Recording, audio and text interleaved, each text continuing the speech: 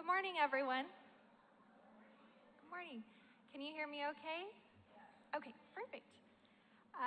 Thank you so much for coming today. My name is Tamara Martin, and I'm the director of the Richard Nixon Presidential Library and Museum.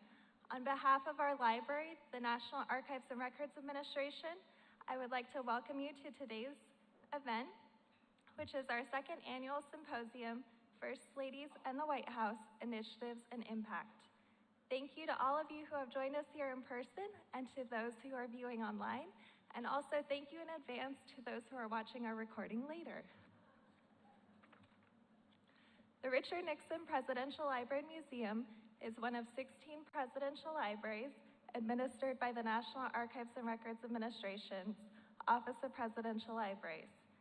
We share our campus with our amazing partners, the Richard Nixon Foundation.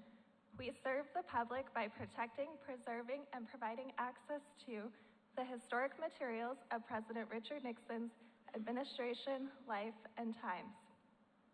Through our research room, museum, public programs, and other services, we assist all those who search for knowledge and understanding of the 37th President of the United States, his administration, and his ongoing impact on the world.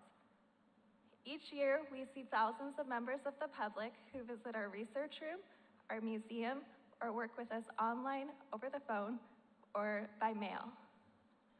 Today's symposium will utilize National Archives records to explore the evolution of the modern office of the First Lady. It will highlight Pat Nixon's pivotal role in shaping this position and her initiatives to restore and renovate the White House during the Nixon administration. The changes made by First Lady Pat Nixon reflected her vision of the White House as the people's house. When asked about the renovations of the Blue Room by a reporter, she stated, "We want the room to be enjoyed by the people so they can really see without interference and also to be proud of their heritage, which is represented here." President Nixon reflected proudly upon the changes brought to the White House by his wife in his book, In the Arena. He mentioned that Pat Nixon expanded access to the public by opening the house in the afternoons, established special tours, instituted candlelight tours at Christmas, and tours of the garden in springtime. Our program today will have 2 panel discussions featuring esteemed historians and White House experts. In our first panel, we will examine the evolution of the modern office of the First Lady, and the second will explore White House restorations and renovations across history. We will also have a moderated Q&A during the luncheon with White House curator Donna Hayashi-Smith. Each panel will be 70 minutes long with a 15-minute break in between, and there will also be a 15 to 20-minute break before our luncheon, so you have time to get your lunch, followed by the moderated Q&A. To access the documents referenced or related to today's panels, please scan the QR code that was included in your handout or that will be available on the screen. This will link you to the digital materials that our panelists will be mentioning. Our panels are live streamed today on the Richard Nixon Foundation, the Richard Nixon Presidential Library and Museum, and the National Archives and Records Administration's YouTube channels.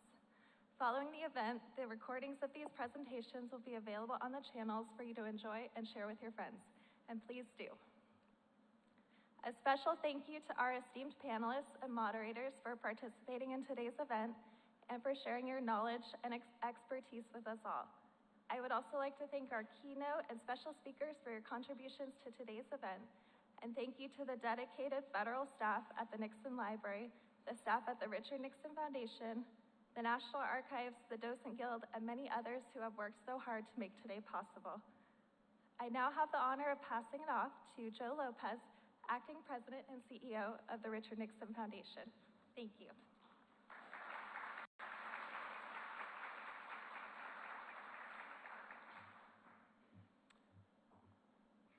Good morning, everyone. Thank you, Tamara, for that introduction, and thank you to the great Nixon Library and Nixon Foundation teams for all the work that we've put into this symposium here today. We're honored to partner with you for the second year in a row in bringing this to life.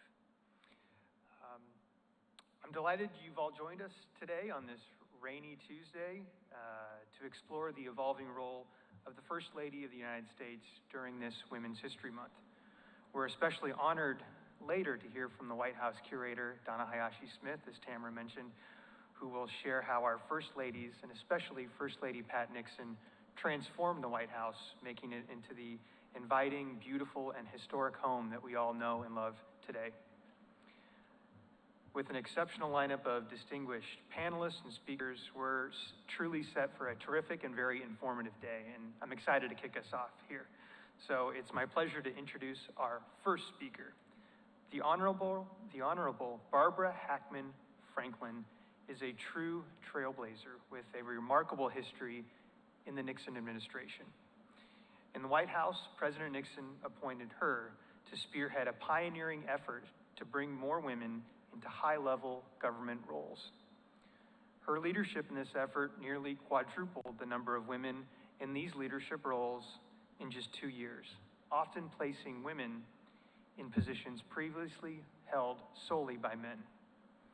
This important history is captured in Lee Stout's 2012 book, A Matter of Simple Justice, the untold story of Barbara Hackman Franklin and a Few Good Women. Years later, in 1992, she became Secretary Franklin, appointed as U.S. Secretary of Commerce by President George Herbert Walker Bush. Today, Secretary Franklin is actively involved here at the Nixon Library as Director Emerita of the Richard Nixon Foundation and a supporter of the Nixon Foundation's American Civics campaign. Please join me in extending a warm welcome to Secretary Franklin.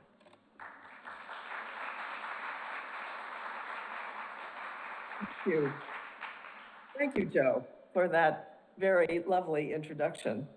And you're doing a great job as the acting right now. Proud of you and proud of the foundation.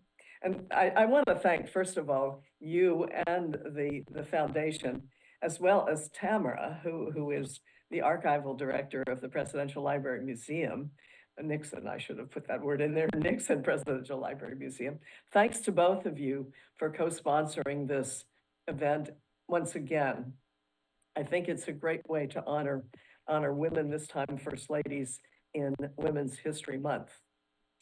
And I want to extend a warm welcome and say good morning to everybody there who's sitting there in Yorba Linda. I can see the back of you, which is, I guess, okay. See the front of some of you.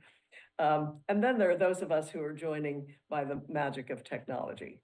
So I think we're going to have a very fascinating journey through history this morning. This gathering, as you've already begun from Tamara and Joe, this is a very distinguished group of experts. And I know we're going to learn a great deal about the contributions that some First Ladies, and there have been 57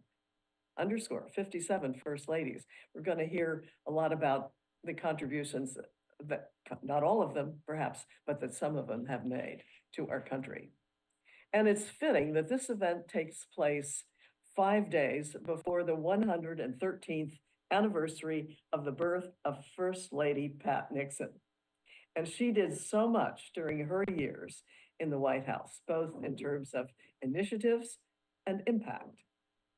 She would be delighted to see, I know, the work of some of the other First Ladies, which you panels will magnify for us today. But she would probably say, don't talk about me so much. She was so self-effacing, and she preferred to let her work speak for itself.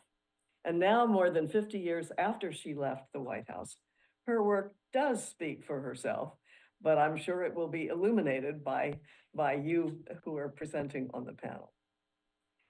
She once said that the job of First Lady is, and I quote, the hardest unpaid job in the world. She was right. And one might say that the greatest disparity in pay between men and women in the workplace has been that between the president and First Lady. The president is paid $400,000 a year. The First Lady isn't paid a cent. And that's before the government stops minting pennies. But when I think about Pat Nixon's countless contributions to our country, I'm amazed at her work ethic, her energy, and her determination to use the platform that she had to honor and serve her fellow Americans, as well as those global citizens around the world. Shortly after she became First Lady, she was pressed by the media, they always ask this question, to identify a project. Her answer was simple and so typical of Pat Nixon. She said, "People are my project." That's all she said, and that's all that needed to be said. People were indeed her project. When she was the second lady, the wife of the Vice President of the United States, she traveled the world, visiting more than 50 nations in every corner of the globe. And everywhere she visited, her schedule wasn't filled with fancy teas and expensive shopping trips. No, that was not the Pat Nixon style at all. She visited hospitals serving the poor, children in orphanages, and local markets where farmers were selling their wares. As she herself noted, everywhere I went, it helped women.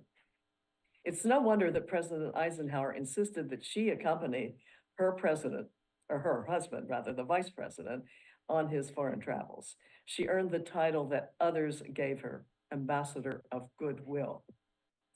And then 8 years after leaving Washington, she returned as First Lady. Not surprisingly, Mrs. Nixon continued the same practice as she had as Second Lady, promoting volunteerism, opening new parks for people, including a surfing beach coast thing here in California, visiting college campuses, supporting the Equal Rights Amendment, publicly advocating for a woman on the Supreme Court, and supporting my own work to bring more women into higher levels of government. I'm grateful to her for that. After all, people were her project. There's one other thing I want to mention because I heard about it firsthand, and that was her diplomatic skill in service to our country. She made a solo trip to 3 countries in West Africa, accompanied by the women of the White House Press Corps, the legendary Helen Thomas and Fran Lewin, to name a few. I knew them because they were following what I was doing. And when she returned, they could not stop talking about how good she was as a diplomat for the United States. I love that. And as First Lady, you heard a little snippet of this, she was dedicated also to the White House itself. And I know you're going to hear more about what she did to make it more accessible and more beautiful than it had been before. And I saw some of that myself, and today I'm very grateful to her for what she did there. But quite simply, Pat Nixon's service as First Lady is not as understood, acknowledged, and praised as it should be. During her lifetime, she was highly regarded and much loved.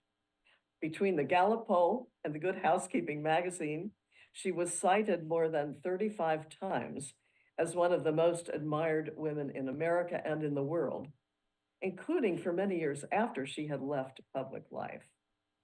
There's no doubt that Mrs. Nixon's contemporaries knew how extraordinary she was. Now it's time. History needs to acknowledge that fact. And this symposium, along with the recently published biography of Pat Nixon by one of our panelists, Heath Hardage Lee, and the textbook about all the First Ladies, written by Diana Carlin, Nancy Keegan Smith, and Anita McBride. All of that, I think, is helping to ensure that history will give Pat Nixon the credit that she so richly deserves. So my appreciation to all of you who are attending and participating.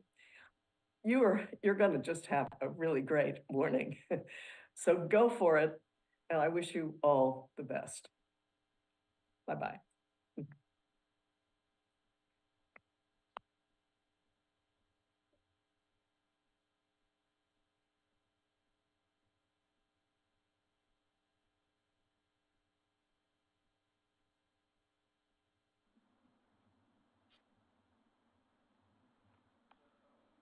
Can you hear me? Okay, there we go. So it's my pleasure to introduce Mr. Alan Lowe, who will serve as our great moderator for our first panel, The Changing Role of the First Lady. Alan is a historian whose career in presidential libraries began at the Ronald Reagan Library. Now let's keep track of this here. He also served as interim director of the Franklin D. Roosevelt Library. He later became founding director of the George W. Bush Presidential Library and then executive director of the Abraham Lincoln Presidential Library. So not only a presidential expert, but a presidential library expert. He now co-hosts the American POTUS podcast and serves as the director of the American Museum of Science and Energy and the K-25 History Center in Tennessee. Please join me in welcoming our great first panel. Take it away. Thank you so much. Thank you. Thank you, Joe. Thank you all so much for being here today at the wonderful Richard Nixon Presidential Library and Museum. I've been here so many times, it's always a pleasure to be here. I want to thank our Nixon Library Associates and our Nixon Foundation partners for inviting us to take part in this really important discussion.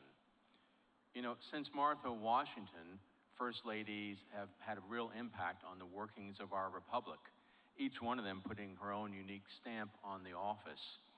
I recently hosted an episode of American FLOTUS, which is the podcast American POTUS now does in partnership with the First Ladies Association for Research and Education, or FLAIR. And that episode featured one of our panelists today, Heath Hardage Lee, and the historian Rebecca Boggs Roberts. And what we did in that episode is we compared and contrasted Pat Nixon and Edith Wilson. And it turned out to be a great way to talk about both First Ladies and their times. So we thought today we'd take a similar approach and do, admittedly, a very fast comparison of three sets of First Ladies. Eleanor Roosevelt compared with Betty Ford, Lady Bird Johnson compared with Laura Bush, and finally, of course, Pat Nixon with Rosalind Carter. Now again, our time indeed is relatively short, so we hope this discussion at least whets your appetite to learn more, to visit this and other presidential museums and libraries, to use their archives, take part in their great programs like this one, and perhaps even volunteer your time to help them accomplish their missions. Now with that, it's my pleasure, I can see our panelists down here on the monitor as well, to introduce our panel. Sitting here with me, Diana Carlin is Professor Emerita of Communication at St. Louis University and a retired professor of Communication Studies at the University of Kansas. She's co-author of the book, Remember the First Ladies, The Legacies of America's History-Making Women, and is a founder and current vice president of FLAIR. Anina McBride is an executive in residence at American University's School of Public Affairs, where she directs the First Ladies Initiative. She served in the administrations of Ronald Reagan, George H.W. Bush, and George W. Bush, serving in the latter as First Lady Laura Bush's chief of staff. She's on the board of the White House Historical Association and is a founder and board member of FLAIR. She, too, is a co-author of Remember the First Ladies, The Legacies of America's History-Making Women. Heath Hardage Lee is a historian, biographer, and curator. You see Heath there in the middle. She has been widely published in venues such as The Atlantic and is the author of several books, including the book you heard of from Joe, the wonderful, it's called The Mysterious Mrs. Nixon, The Life and Times of Washington's Most Private First Lady. And on the right-hand side of your screen, if I'm looking at this correctly, is Nancy Keegan Smith. She was an archivist at the National Archives from 1973 until 2013, retiring there after serving as director of the Presidential Materials Division.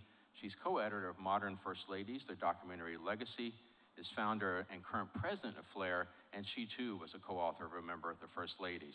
Most importantly, Nancy hired me to join the National Archives in 1989, so I owe her a debt still. So, welcome panelists. Thank you so much for taking part.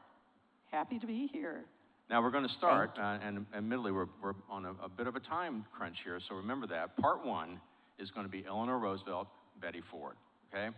And my question for you to start this discussion is this. Eleanor Roosevelt and Betty Ford, both very independent first ladies.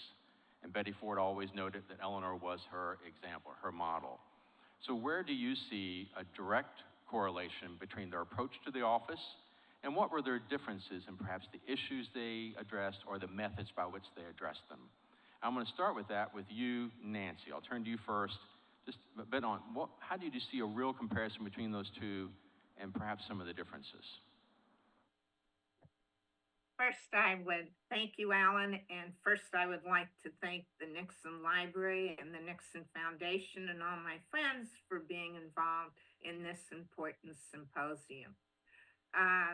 To start on this question between Eleanor Roosevelt and Betty Ford in a few minutes is complicated since Eleanor Roosevelt was the longest serving First Lady at 12 years. But I will do a quote from Bill Clinton when he gave the Fords the Presidential Medal of Freedom, and he said to Betty Ford, perhaps no First Lady in our history, with the possible exception of Eleanor Roosevelt, has touched so many of us in such a personal way. So I thought that was a nice way to start because both Eleanor and really all of the First Ladies we're talking about today touched people in a very personal way and helped to humanize their husbands on a more one-on-one basis. Now, Eleanor created the activist role of a First Lady, and she was an incredible whirlwind of activity in her 12 years. She was very depressed about becoming First Lady because she had so many activities that she had engaged in, and Franklin told her that she needed to give all of those activities up, but he didn't make clear what he wanted her to do. In fact, he made clear the things he didn't want her to do. But Eleanor, being Eleanor, 2 days later holds a press conference, and it is for all women reporters because they had a lot of trouble getting any work. And she had been told to keep the press conference issues safe. And of course, Eleanor didn't, and she immediately got into domestic policy. And that sort of began Eleanor's 12 years. She touched every array of social and domestic and foreign policy that FDR was involved in. She was much more liberal on civil rights than FDR was. She supported anti-lynching and anti-poll tax legislation. She invited the Negro Council of Women to the White House. She was always championing the underdog, which is very interesting because Eleanor came from a very New York aristocratic family. And she was the first lady to make a speech at a campaign when in 1940 she gave some quick comments at the convention speech. There is just so much that Eleanor did. She said that racism was one of the main destroyers of freedom in our attitude toward the colored race. Her activities on behalf of civil rights were so strong that the Ku Klux Klan put a $25,000 bond on her head. And of course, when she leaves the presidency, she does what Eleanor considers was her most important achievement when Harry Truman appointed her to be a U.S. delegate to the UN, to the United Nations, and she's responsible for writing the UN Declaration of Human Rights in 1949. So that just gives you a paintbrush. She was very independent. Now I'm trying to be quick to turn it over to my good friend Diana Carlin to talk about another wonderful First Lady, Betty Ford. Thank you, Nancy. Thank you, Nancy. There you go. And Diana, I will turn to you, and I wondered if you could make that comparison, but also did the times make a difference? I mean, Yes. we're many years later. How did that affect that? Okay. Yeah, before I begin, I also want to thank everyone here at the Nixon Library and the Foundation, and Tamara, and I feel really privileged to have been a part of last year's symposium and also this one, and I just am thrilled with everything you're doing to highlight women and First Ladies this year. So I think there were several things that Eleanor Roosevelt and Betty Ford had in common, and it was a little like what you did with Heath and Rebecca. You don't automatically think of the two of them necessarily in the same breath, but they were both very independent women. They both had had careers, and they had to give up a lot for their husbands. As Nancy said, Eleanor was very worried about carving out a place because she had to give up her work. She had to give up her political activities. She was actually more politically involved than he was before he began running for office. And Betty Ford spent most of her time as a congressional wife, raising 4 children. And she had a very short period of time as second lady, but she learned a lot from Pat Nixon. And where there were some comparisons, I think, especially were that they were both outspoken. And as Nancy said, Eleanor was ahead of her husband on the issues of civil rights, and she was very outspoken. Betty Ford was ahead of her husband and some members of his administration on women's rights. She was a very vocal advocate of the ERA. She was pro-choice. She had some pretty liberal views about child rearing, which she expressed in a 60 Minutes interview. Some of you may be old enough to remember that. And so, you know, they both were outspoken women. One of the other things she did that really channeled Eleanor was that she had a news conference 26 days after she became First Lady. She held a news conference, and it was really the first major news conference that a First Lady had had since Eleanor. You know, Bess Truman apparently had a brief one where she answered one question with one word, and that was it. And Mamie didn't do much. And we really didn't have another First Lady who had a formal news conference, but hers differed from Eleanor's in that she had both women, as Eleanor only had women, and men at that news conference, and she held several of them. Betty was only First Lady for 30 months compared to 12 years for Eleanor. But what she did in that time was pretty phenomenal. She gave over 100 major speeches. And Eleanor was out giving speeches and doing everything else. She spoke to the media. I said she went on 60 Minutes. And the ERA, Eleanor was controversial in terms of what she was doing with the anti-lynching legislation, with some of the other legislation on civil rights. And Betty Ford was certainly controversial with her support of the ERA. There were protesters across from the White House wanting to muzzle her, and members of the cabinet wanted to do the same thing, and Eleanor had some of that going on. So some very interesting similarities. In fact, Betty had to install a private phone line that she paid for in the White House to lobby state legislators to pass the ERA. And people did not want her using tax dollars on a telephone line that was paid for by them on the ERA. And in the book that Nancy and Anita and I wrote, there is a photo of her sitting at her desk in the White House with a "Don't Tread on Me" flag in front of it. And she's making phone calls into state legislators. So you know, outspoken women. And in terms of the times, Ellen, you know, we now are into what we call the second wave of feminism. You have, you know, all of the women's rights advocates. This is Betty Friedan's book is out, Gloria Steinem. And this is the era in which Betty Ford is acting. Whereas Eleanor is First Lady only, less than 20 years after the 19th Amendment. And so we've had more time. We have women. We've had Nixon bringing women into all these positions, as we discussed last year. So women are far more visible in government than they had been during Eleanor's time. And Betty Ford really took advantage of that and took advantage of the women's movement, which was something that Eleanor did not have. I have two quick follow-up questions. One, my curiosity. What was the one word that Bess Truman said? Was it yes or no? It was no, I believe, Okay. Yeah. I have to go back and listen to that so-called press conference. I'm curious, both Betty Ford and Eleanor Roosevelt, as you said, could be quite controversial. How did that sit with their husbands as presidents? Yeah. Well, both husbands sort of took the same approach, and Nancy might want to comment on this too. They basically said, "I can't control my wife."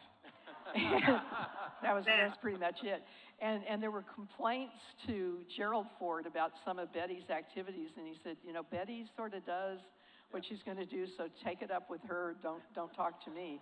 And there was, in 1975, it was the International Year of the Women, and there was a proclamation that was signed, and Betty, was right there when he signed it, and he made some comment about, hope this makes you happy sort of thing, and she was very much there.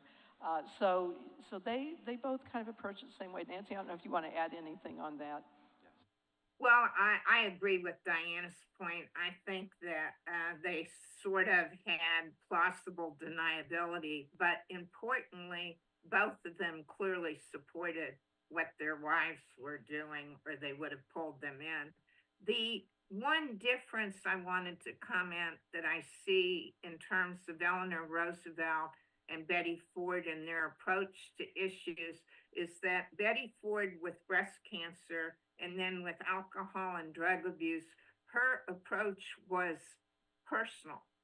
And Eleanor's approach was not a personal, this is happening to me. Eleanor's approach was more reaching out and helping people who were having issues. And that is also probably a product of the times. While they had many similarities, I sort of see that as a stylistic difference between the two. Before we turn to a document we're going to talk about in a moment, Heath and Anita, if you wanted to make any comments on the comparison of Eleanor and Betty, please jump in. Anita. Go ahead, Anita. Well, these two remarkable women that you're talking about and listening to Diana and Nancy really give the breadth and depth of their contributions.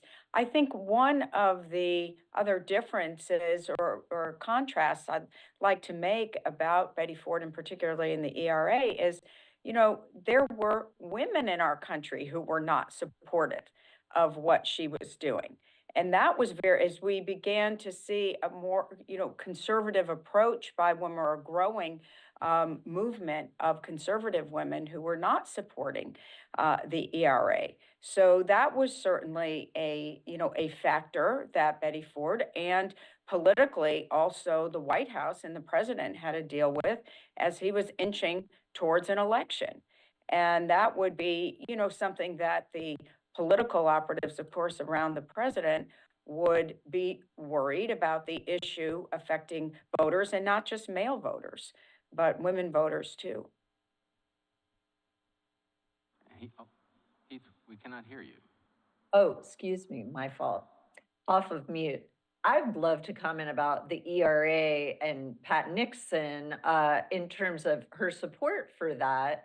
That was part of the Republican platform from 1940 until 1980. So Mrs. Nixon strongly supported that. And I feel that she teed up things quite well for Betty Ford to take that ball and run with it. Now, Mrs. Nixon did not like comparisons to Eleanor Roosevelt, who she just didn't feel a kinship with. But I think they also had a lot in common, sort of just their approach to things, and particularly their approach to international diplomacy. And we'll talk about that a little bit later on. Thank you, Heath. Now, I want to turn to, quickly, before we go into the next comparison, a document that Diana has brought for us. Regarding Betty Ford. So as you know, the National Archives is all about preserving and making available documents. It's always called it the raw material of history. If you really want to understand history, that's where you go, to the archives. And so we wanted to make sure we wanted to highlight some documents or photos or artifacts today related to the First Ladies we're discussing. So, yeah, Diana. Well, we could not do our work without the libraries and the National Archives. And Library of Congress for the earlier ones. I mean, it would be impossible for any of us to do any of the writing that we do without it. So I thank all the archivists out there who keep all of those records and make them accessible. There were so many when they asked us to choose one. It was hard to choose something. But for Betty Ford, the document that I wanted to highlight was the text, and you can find it on the Gerald R. Ford Library website, of her 1975 International Women's Year speech in Cleveland, Ohio. And I think this says a lot about Betty, and I just want to read a little excerpt of it. And she was talking about women needing to make choices, and she basically said she had given up a career, and she made a choice to be a homemaker, and that was work, and that women needed to be honored for whatever they chose to do. And Nancy, I think that was part of that political instinct that she had to know that not every woman agreed with what was going on with the feminist movement. But she talked about the restrictions on women, and she said many of these restrictions spring directly from those emotional ideas about what women can and should do. These definitions of behavior and ability inhibit men and women alike, another astute political comment. But the limits on women have been formalized into law and structured into social custom. For that reason, the first important steps have been to undo the laws that hem women in and lock them out of the mainstream of opportunities. But my own support of the Equal Rights Amendment has shown what happens when a definition of proper behavior collides with the right of an individual to personal opinions. I do not believe that being First Lady should prevent me from expressing my views, and Eleanor felt the same way. I spoke out on this important issue because of my deep personal convictions. Why should my husband's job or yours prevent us from being ourselves? Being ladylike does not require silence. That's perfect. Thank you. Thank you.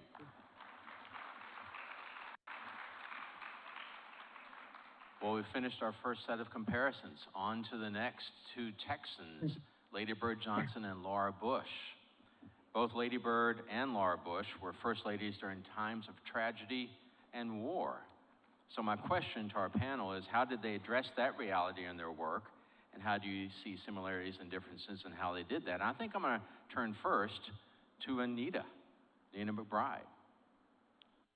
All right, well, thank you, Alan. Thank you, everyone, for being there. You're coming from the wonderful East Room. I love that at the Nixon Library. It makes it so special. No one else has that. And it is like Diana, it's a joy to join you, the Nixon Library and Foundation, for the second time on this symposium that you do in March. You know, the difference, the most obvious difference, of course, for Laura Bush and Lady Bird Johnson, in particularly the time of war, was, you know, when the Johnsons came into the White House, the war in Vietnam had already been going on since 1955. I mean, that was an element of the Cold War. The obvious difference, of course, in the Bushes came into the White House, came in intending to focus on domestic issues. Education reform was at the top of the list. Immigration reform was something George Bush wanted to work on. Laura Bush, as a literacy and education expert herself, was fully invested in working on the education reform issues and had led a lot of the reforms in Texas as well.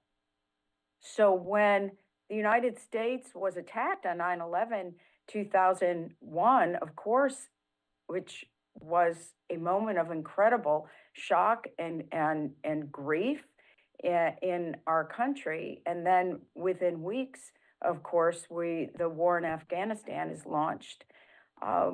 She immediately, and President Bush too, became wartime president and first lady. Not at all what they had expected. And remembering in that week leading up to 9/11 as well, Laura Bush had just presided over two things where she thought this is how her life in the White House was going to be. She had just successfully had her first National Book Festival, an initiative that she brought with her from Texas as Texas First Lady, had launched the Texas Book Festival, still going on, by the way, a great example of legacy. So the first National Book Festival on the National Mall in partnership with the Library of Congress had just happened. It was enormously successful. Also, the first state dinner that the Bushes had planned and had hosted. The president of Mexico, Vicente Fox, and his wife, Marta. And again, that was a focus on the President Bush had come in to office talking about wanting to focus on the Western Hemisphere, wanting to focus on immigration. So this beautiful state dinner, a wonderful National Book Festival. It was also one of the most beautiful weeks of weather that we had in Washington. And so all of these outdoor events were perfection. And then within days, the nation is attacked within the worst terrorist attack in our country. And she's thrust into being a wartime first lady. Incidentally, you know, had been up on the Hill about to do congressional briefing on her early childhood education summit that she had hosted just a month before. She was quite nervous about doing that, unlike Lady Bird Johnson, who was very comfortable as a communicator, as a person. Of course, and Nancy will be able to tell you, of course, she owned radio stations in Texas. She knew how to communicate. Laura Bush was a quieter, behind the scenes interlocutor. And so this moment, this morning for her on Capitol Hill was a big deal. And she was nervous about it. Then, of course, it got postponed immediately because on her way up to the Hill that morning, the second plane had hit the second tower. Before she had left the White House that morning, the first plane had hit the first tower. And like everyone else in the country, thought it was a horrible accident, not knowing, of course, that you know the country was going to be at war within a matter of minutes.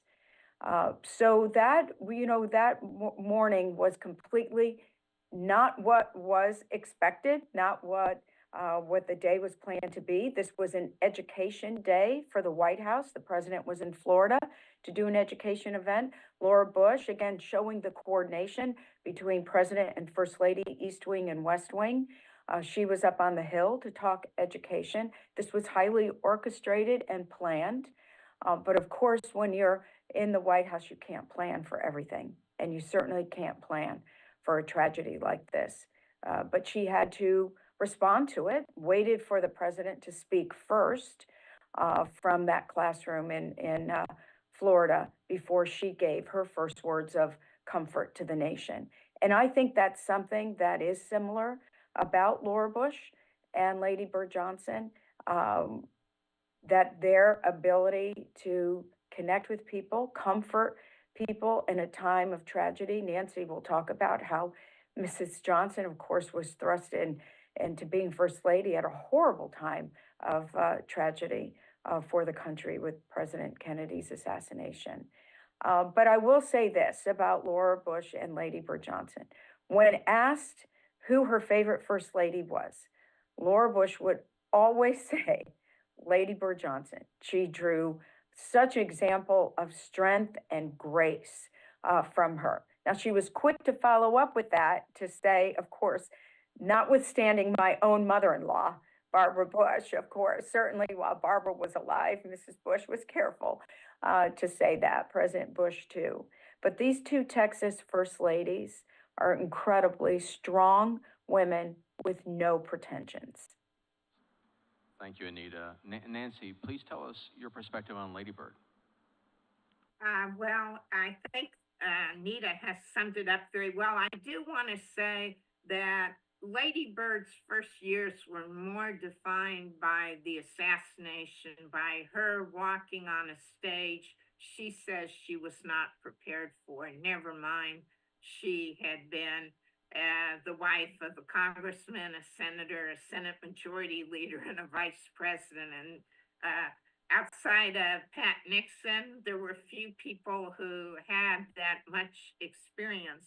But she was really, in 1963, focused on doing anything she could do to support Jackie Kennedy. She immediately hired Liz Carpenter as the first professional press secretary and buttressed the press function of the First Lady. In 1963, she hired Liz, And to this day, I believe Mrs. Johnson is the only First Lady who had a degree in journalism, who owned radio and TV stations, and who really knew how to communicate with the press and brought them in terms of publicizing her programs and creating neat events like going rafting in the Rio Grande, and then even helping a reporter who fell off the raft.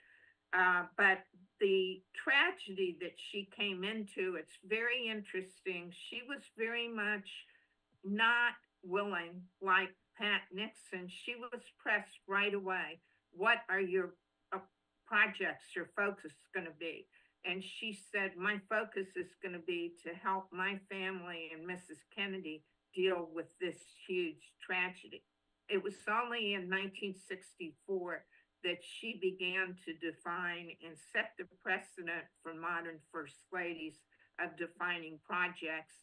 And of course, in her case, it was beautification and conservation, education, and a very important and evolutionary trip she made in October of 1964 to support the Civil Rights Act in her part of the South.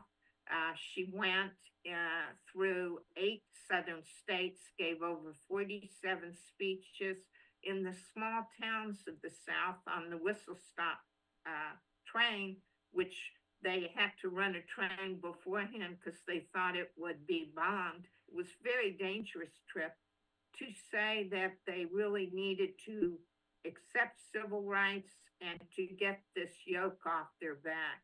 And she was very courageous and, in fact, prevented the fear that Lyndon Johnson and the Democrats had of the Southern Democrats bolting from the party.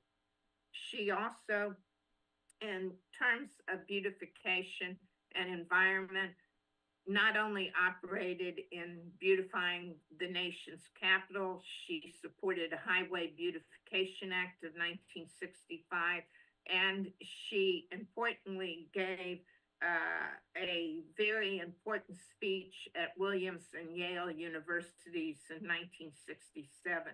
Now, in that speech, you can see by 1967, the war in Vietnam has become so unpopular. You can see a result in impact of the Vietnam War with her program. And I'm going to quote a very interesting section from her diary, which is of that October day. In the evening, she says, how would I evaluate a day spent like that? Probably a mistake on balance, because what I had really done was to provide a vehicle for the dissenters, who were a minority, to mount a platform, to get inches in the paper and minutes on the screen that they would not have gotten without me. So I was their bait, their creature for the day. How did I personally feel as I walked amongst the picketers? Cool and firm and determined to maintain dignity. But through every pore, you sense a sort of animal passion right below the surface. So after that 1967 speech on the environment at those 2 universities, she really did not do a lot of public speaking. One other point I want to stress is that she was the first lady to record her time in real time in the White House. She would record every few days her activities. And in 1971, she published her White House diary, which was a book showing what she did as First Lady and her impressions. And that set the modern precedent for memoirs by First Ladies. It also showed her love of history, Abigail Adams being her one of her favorite First Ladies. So she did so much. And the last point I will make is that Lyndon Johnson and Lady Bird Johnson never came into the presidency, I mean, in the awful way they did, thinking that it was going to be about foreign policy. Lyndon Johnson wanted to be a domestic president, and Lady Bird Johnson wanted her programs to focus domestically. But as Anita and I will say, and anyone who studies history, what presidents and first ladies do are affected by what happens during their times. So that, and finally, they were, both Flora and Lady Bird were true Texans, and they had that independent but polite sort of way of handling things in a controlled fashion. If they weren't Southwestern, I would say they truly defined steel magnolias. Anita, perhaps you want to comment. I know after 9/11, the wars in Afghanistan and Iraq, both the President and Mrs. Bush did a lot of work with military service members and veterans as well. Sure, and we're forever, and in fact, the president to this day, and Mrs. Bush too, one of the major initiatives at the George W. Bush Presidential Center in Dallas is the Military Service Initiative. President Bush knew that would he put, men and women in harm's way in a long, difficult war, and even beyond the physical wounds of war, the invisible wounds of war that they face. And this initiative at the Bush Center, both the Bushes continue to be very involved and engaged in helping our military and our veterans recover, because they are still trying to recover. But often, of course, as all presidents and first ladies, as commander-in-chief and spouse of the commander-in-chief, I mean, this is a thread of continuity for all of them to be devoted to the men and women who put themselves in harm's way for the rest of us. I think the other thing, too, that I'd like to mention, where the Bushes were very close to the Flight 93 families as well, met with them often at the White House, on the road, at Shanksville, something that, they, again, as President Bush had said, these were the first heroes in the war on terror. And both President and Mrs. Bush felt very connected to them. Alan, I didn't know if... I'm taking a look at our clock back here. Keeping an eye on the time, I want to make sure we turn to our documents and artifacts for this section, because we have a couple, actually. Anita, I want to turn to you first. The great photos of Mrs. Bush with Senator Kennedy. Can you talk about that and what stories those tell? Sure, I'll just quickly tell you about that, and I think the best way for me to describe it is in her own words from her book, Spoken from the Heart. This is real quick, but I think it conveys what you're seeing in those two images. First of all, this beautiful painting of daffodils that President Kennedy had painted for Mrs. Bush, dated September 11, 2001, that he gave to her as a gift when she came to that briefing that day. And then the other picture, of her looking at it. And I'll just quickly say this from her book. Senator Kennedy was waiting to greet me according to plan. We both knew when we met that the towers had been hit, and without a word being spoken, knew there would be no briefing that morning. But together we walked the short distance to his office. He began by presenting me with this limited edition print. It was a vase of bright daffodils, a copy of a painting he had created for his wife, Victoria, and had given to her on their wedding day. And the print was inscribed for me, dated September 11th, 2001. An old television was turned on in the corner of the room, and I glanced over to see the plumes of smoke billowing from the Twin Towers. Senator Kennedy kept his eyes averted from the screen. Instead, he led me on a tour of his office, pointing out pictures, furniture, pieces of memorabilia. I have often wondered if the small talk that morning was Ted Kennedy's defense mechanism, if after so much tragedy, the combat death of his oldest brother in World War II, the assassinations of his brothers Jack and Robert, and the deaths of nephews, including John Jr., whose body he had to identify when it was pulled from the cold, dark waters off Martha's Vineyard. If after all those things, he simply could just not look upon another grievous tragedy. It just is a remarkable statement about these two people facing this moment in our history together. Truly is, and I know at the Bush Museum, which if you haven't been, please go to Dallas and see that.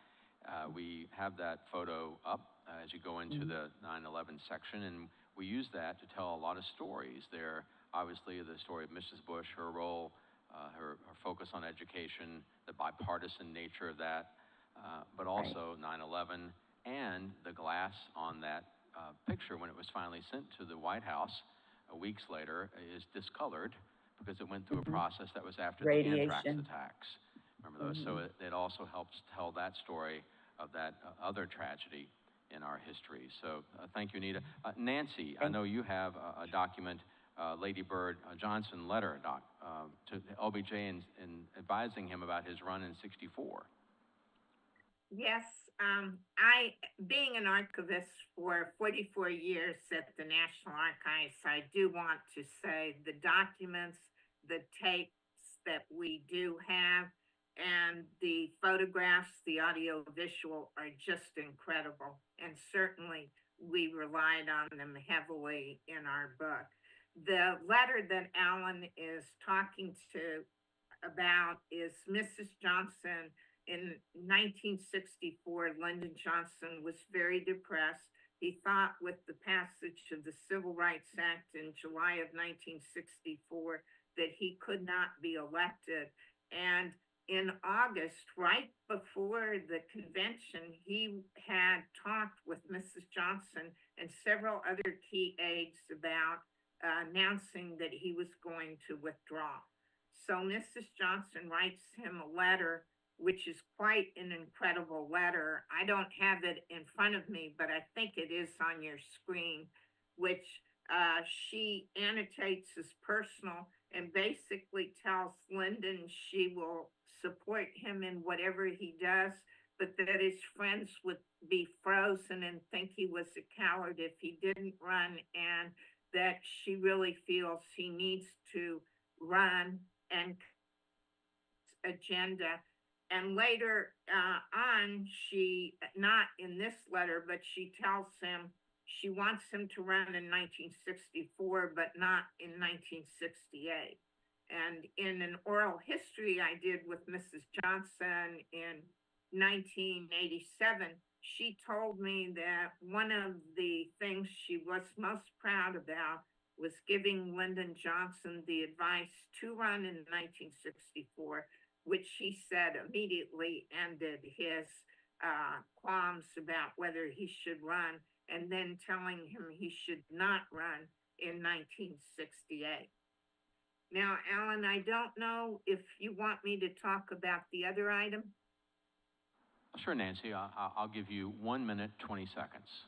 Well, the other item is a fascinating item. It is one that we can't show because Mrs. Jackie Kennedy's handwriting is copyrighted.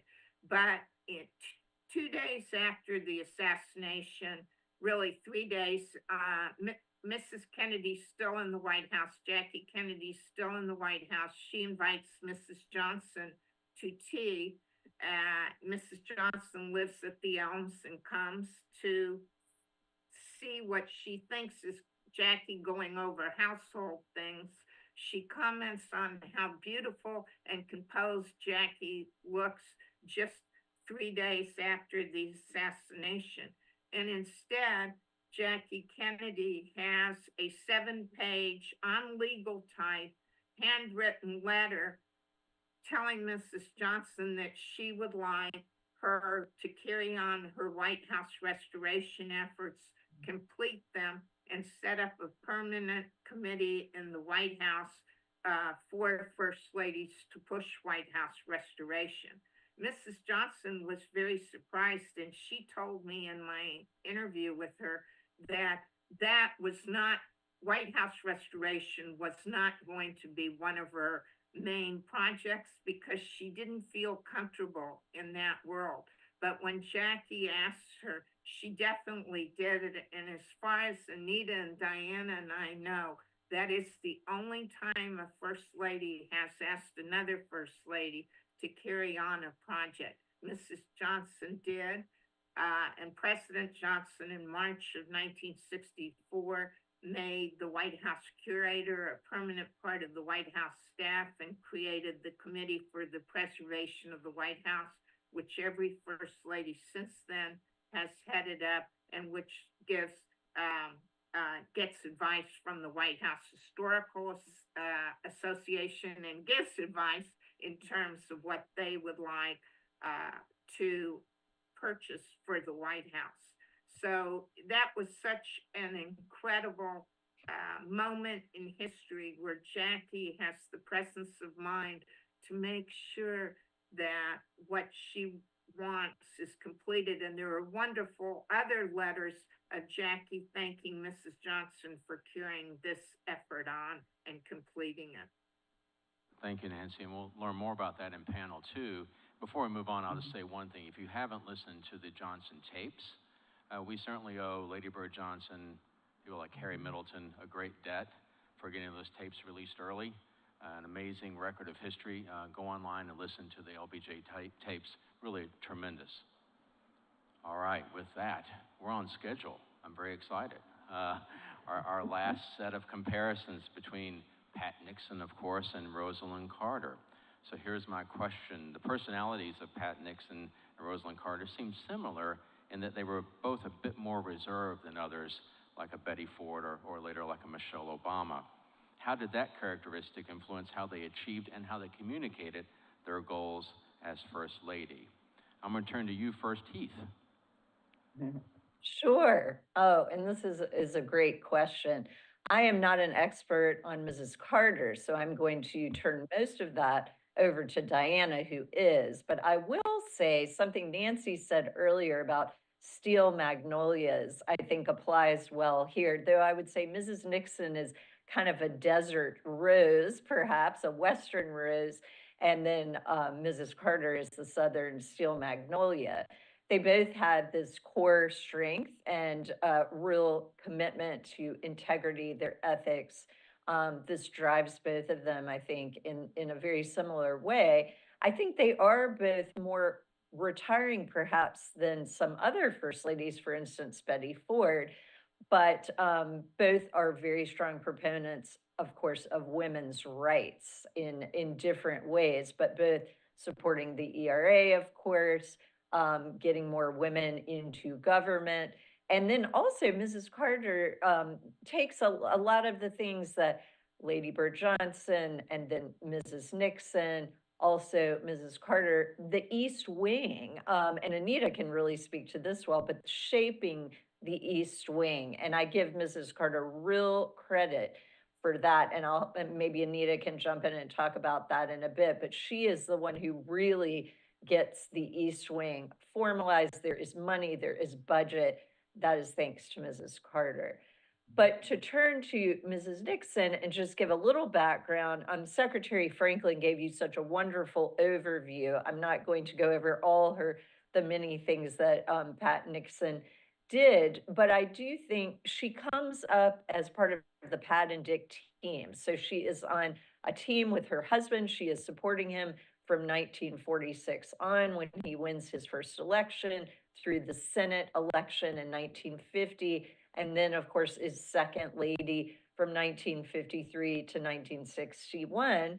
And then first lady from 1969 to 1974. So I think also like Lady Bird Johnson, she is one of our best prepared first ladies. She is so well trained by the time she gets to being first lady. She's ready to go and some people have tried to say when I was writing my book, you know, she really doesn't come into her own until 1970 with Peru. I would dispute that. I think she has her foundation well set very early on. However, I think as First Lady, she tends to pull back a little bit more in terms of she is not setting policy. That is not something she wants to do or feels that it is her place to do. So she is a very much of a behind the scenes person. I think like Laura Bush too, they are in the background, they are helping, but they are not out announcing policy. That's just not their style, and they don't feel they're elected to do that. But that does not mean they don't influence their husbands and policy, particularly about things they care about. With Mrs. Bush, of course, literacy, so important. That's also something with Pat Nixon she was very interested in, under the umbrella of, people are my project. There wasn't just one signature project with Pat Nixon. She wanted to take on many projects. And I really liked how she evaded both the media and what one author has called the beardless image types in the West Wing, who were trying to force her into this signature project mode, which she did not like. Also with Rosalind Carter, international diplomacy is so huge for both Mrs. Carter and Mrs. Nixon. Now, my documents that I wanted us to look at, which I think will be, you can scan with the QR code and see, are photographs. I think so often photographs are worth 1,000 words, as much as I love archives. So I have a picture of Mrs. Nixon in Peru, the great Peruvian earthquake in 1970, when she goes to Peru as the president's solo global ambassador and bringing food, humanitarian supplies, medical supplies. She's the first lady to act as a global solo ambassador, though many shout outs are due to Eleanor Roosevelt for really pioneering that concept. But Mrs. Nixon is the first official global solo ambassador. Then she also goes to Africa, and we've talked a little bit about this, where she's the first lady to speak to a foreign parliament in Ghana and the first lady to go to Africa. Soft diplomacy is something we haven't talked about yet, but it is critical here with all these first ladies, both at home and abroad. And in this case, Mrs. Carter's also so good at this, and all our first ladies really are. They help seal the deals with soft diplomacy. Mrs. Nixon also, we cannot not mention the pandas. Panda diplomacy in China in 1972. She goes with her husband to China for that groundbreaking trip, is given a pair of pandas by the Chinese premier. And this, even today, this is our barometer of Chinese American diplomacy. Then, of course, women's rights, and Secretary Franklin talked about Mrs. Nixon supporting her behind the scenes. And if you read my book, there is quite a bit about Secretary Franklin and her huge contributions there. But it was Mrs. Nixon pushing behind the scenes to help Secretary Franklin get more women into higher levels of government, into mid-levels of government, into roles they had never had before, like FBI agents, tugboat captains, forest rangers. So, and I will not talk about the third point I wanted to make, because the next panel is going to tell you about the White House Restoration and Renovation Project. But I will say Mrs. Nixon brought more art and period objects, over 600, than any first lady before or since her time. So she is very important in those efforts, and you'll hear a lot more in the next panel about that. But I am going to turn it over to Diana to talk more about Mrs. Carter. Things that Anita mentioned was military, and this thread that goes all the way back to the Washingtons. And one of the things when Anita and Nancy and I were working on our book, Remember the First Ladies, is that we saw these threads, and that one first lady sets up the stage for the next. And Heath, you're absolutely right that, Pat Nixon followed in the footsteps of some of those earlier first ladies. And Rosalind Carter really took up the mantle that Pat Nixon had started on ERA and women's rights, which Betty Ford then pushed. And so and then you have three first ladies who are really activists on the issue of the ERA and women's rights and getting more women into government positions and the judiciary. So she really kind of followed that trend that Pat had started. And then diplomacy, international diplomacy was definitely something that Pat Nixon paved the way for. Eleanor Roosevelt had gone to Guadalcanal, but she was not doing the same. I mean, she was there to support the troops. But what Pat Nixon did, as he said, was she represented her husband before foreign governments. And shortly after Jimmy Carter became president, he tasked Rosalind with going to 7 Latin American countries and representing him. She took Spanish, she went to the State Department and was briefed, she went to the National Security Council, and she had talking points for every one of these 7 leaders who she was meeting with. Some of them didn't take her seriously. They were, you know, planning all these little teas with their wives and all, and she said, no, I'll go to those, but that's not why I'm here. And she was able, during that tour, to do a lot of what Pat Nixon did. You know, you mentioned, Heath, that the photo that was up when we started of Pat Nixon dressed up in her heels and tights and this beautiful suit, climbing over rubble in Peru. And we'd had a terrible relationship with Peru. And when she asked to go and deliver the foreign aid and was seen by the people of Peru and the First Lady of Peru, you know, the president honored her, gave her a special citation. The media was talking about it. And they said, you know, the president, when he gave her this award, you know, told Pat Nixon, the president could have sent his entire Air Force down here to deliver this, but by sending his wife, he made a statement. And that's exactly what Rosalind Carter did. Jimmy Carter made a statement. And since the beginning, this has been a 2-person job. And these were 2 women who really understood that. They campaigned for their husbands, but where there is a difference is in their relationship with their husbands when they were in the presidency. As Heath's book so well explains, Pat was a campaigner. She was out there from every campaign. Rosalind Carter was the same. But Pat was pushed out of the way and put into her own lane. Rosalind Carter's lane was side by side with her husband. And even if the staff maybe didn't like it, this was the way they operated. She had weekly lunches with him. If you all, those of you once again who are old enough, remember Rosalind was criticized for sitting in on cabinet meetings. Pat would never have done that. And so you saw that there was this relationship. She did have her issue, mental health. And like Eleanor, she testified before Congress on that legislation. She got involved in policy, as Lady Bird had, but even more directly than any First Lady had done prior to that. So they, you know, once again, they build on what the other First Ladies have done. And as Heath mentioned, Rosalind Carter said that the biggest fights, and Jimmy Carter wrote this in his memoir also, that the 2 of them had in their 70-some years of marriage were over the staffing in her office. And he ran to cut down the size of the executive branch. And he gave her all these responsibilities, and she said, I can't do that unless you give me more staff. And there was finally legislation passed to officially recognize the office, and she was the first Lady to have an office in the East Wing. These women were working out of their dressing rooms. They did not have a physical office in the power structure of the White House, which is pretty amazing until Rosalind. So that was a big change even from Pat. Now, I know Heath talked about her document. You also had provided photos. I'm not sure if they made it on the QR code. If not, we can certainly make those available. But you also had some wonderful photos. I had a lot of wonderful documents. I wrote an article for the White House Historical Quarterly that the White House Historical Association does on First Ladies and Sesame Street.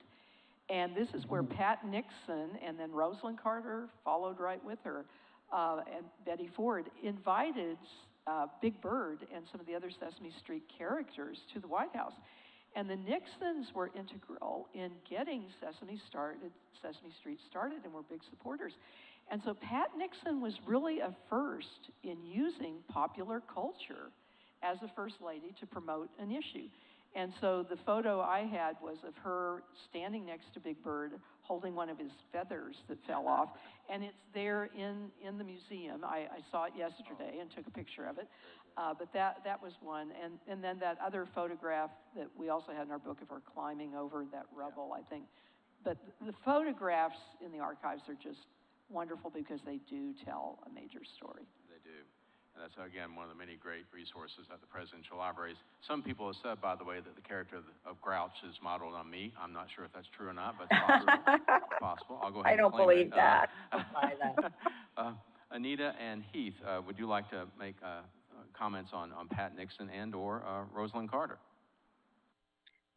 Two quick things. First of all, I adore Mrs.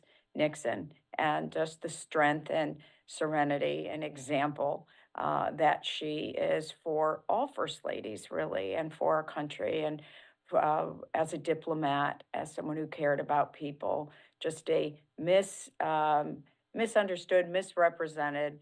But thanks to Heath and others, ourselves included, we want her story to be told.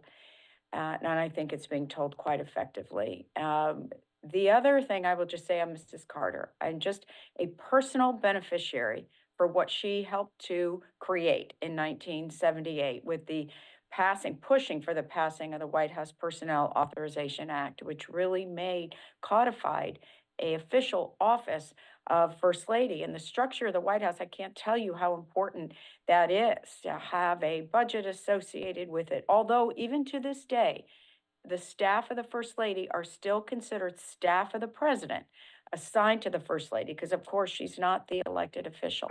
But putting that structure in place, having a policy director and projects director, really a precursor to a chief of staff position, which I was so privileged to hold. There wasn't a moment that I did not, appreciate her willingness to have that fight with her husband in order to have an official, office for a First Lady staff and for her herself. Smith, Yes, as and is I often the way, you have the last word on this topic. I would just like to say that on Pat Nixon riding up to the Hill with Lady Bird Johnson, and when the Nixons were coming in, the next day she makes a comment to Julie Nixon that she was so impressed with how controlled and polite Mrs. Johnson was in the car, and that it must have taken great control. So I see a similarity there between Pat Nixon and Lady Bird in that they were both very controlled. And then on Rosalynn, I just wanted to say a demonstration of her close relationship with Jimmy is that Rosalynn tells the story that before Jimmy becomes president, right after he's elected, she, I believe, is in California, and she's asked by a reporter, what is she going to do?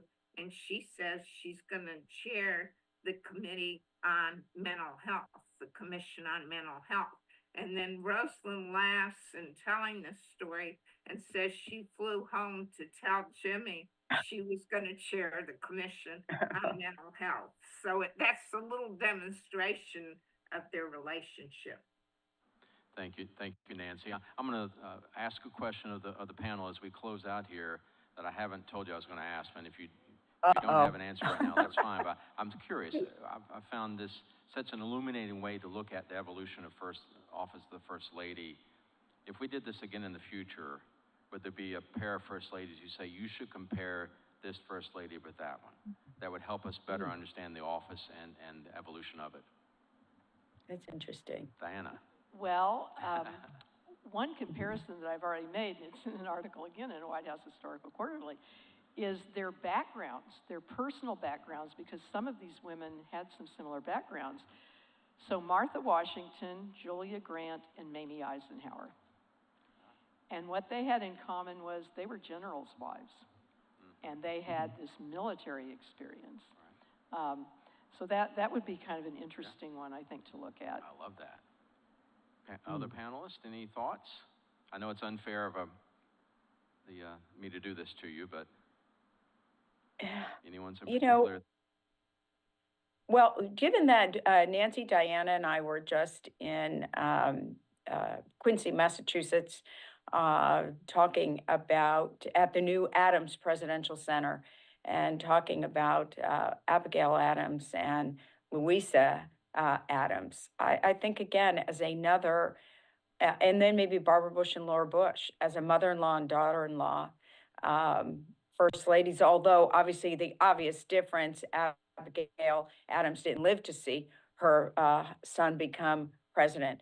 But these four women hold a unique place in history, and that could be an interesting topic, too. Things that Nancy picked up on when we were in Quincy was Louisa helped John Quincy become president, And then she was pushed out, and Nancy said, "Ooh, this sounds a lot like Pat Nixon." So that might be an interesting comparison. Yes, that would be an interesting Nancy? comparison. I think maybe even the older first ladies, for example, like Abigail Adams, in comparison between Abigail Adams and Lady Bird Johnson, or Abigail Adams and her more recent first lady, would be very interesting because Abigail left such an incredible record. And I know in the case of Lady Bird, but I believe in other more recent first ladies, what she thought and what she did had incredible impact on first ladies. And I think that comparison would be interesting because it really hasn't been done. I'd like to see Diana. one, And I want Alan, Heath. with Yeah, Heath. yeah, if I could interject, I would love to see one. Mrs. Nixon loved Dolly Madison and really admired her and thought she just always talked about what a colorful character she was with her turbans. And, she would sit and even smoke with foreign diplomats, which Mrs. Nixon would never be caught smoking, even though she did like her cigarettes. She would never be caught smoking with diplomats or anyone else, as I said in my book. But I do think in terms of being a wartime first lady, there's some interesting comparisons to be made there between Mrs. Nixon, who also was a wartime first lady during Vietnam, as so many of our Lady Bird, of course. I mean, even Mrs. Ford, it drags on the Vietnam Wars going on so long, Jackie Kennedy. A wartime of a more contemporary time period first lady, and of course Dolly Madison right in the beginning of our country. I think that would be very interesting, and also for the two of them to compare notes on their soft diplomacy, how they both handled that. Dolly was so good at that, as was Mrs. Nixon. So I think that would also be a very interesting comparison. Diana, you had one more? Sarah Polk, who no one knows anything about, Sarah Polk. and Hillary Clinton. Yeah. Yeah, I hear some ahs. The way when I talk about Sarah Polk with my students or in, any programs I give, I say, Sarah Polk was Hillary before the television age. And one of the most powerful first ladies we have ever had. But she got away with a lot that you cannot get away with during a television age or a media age.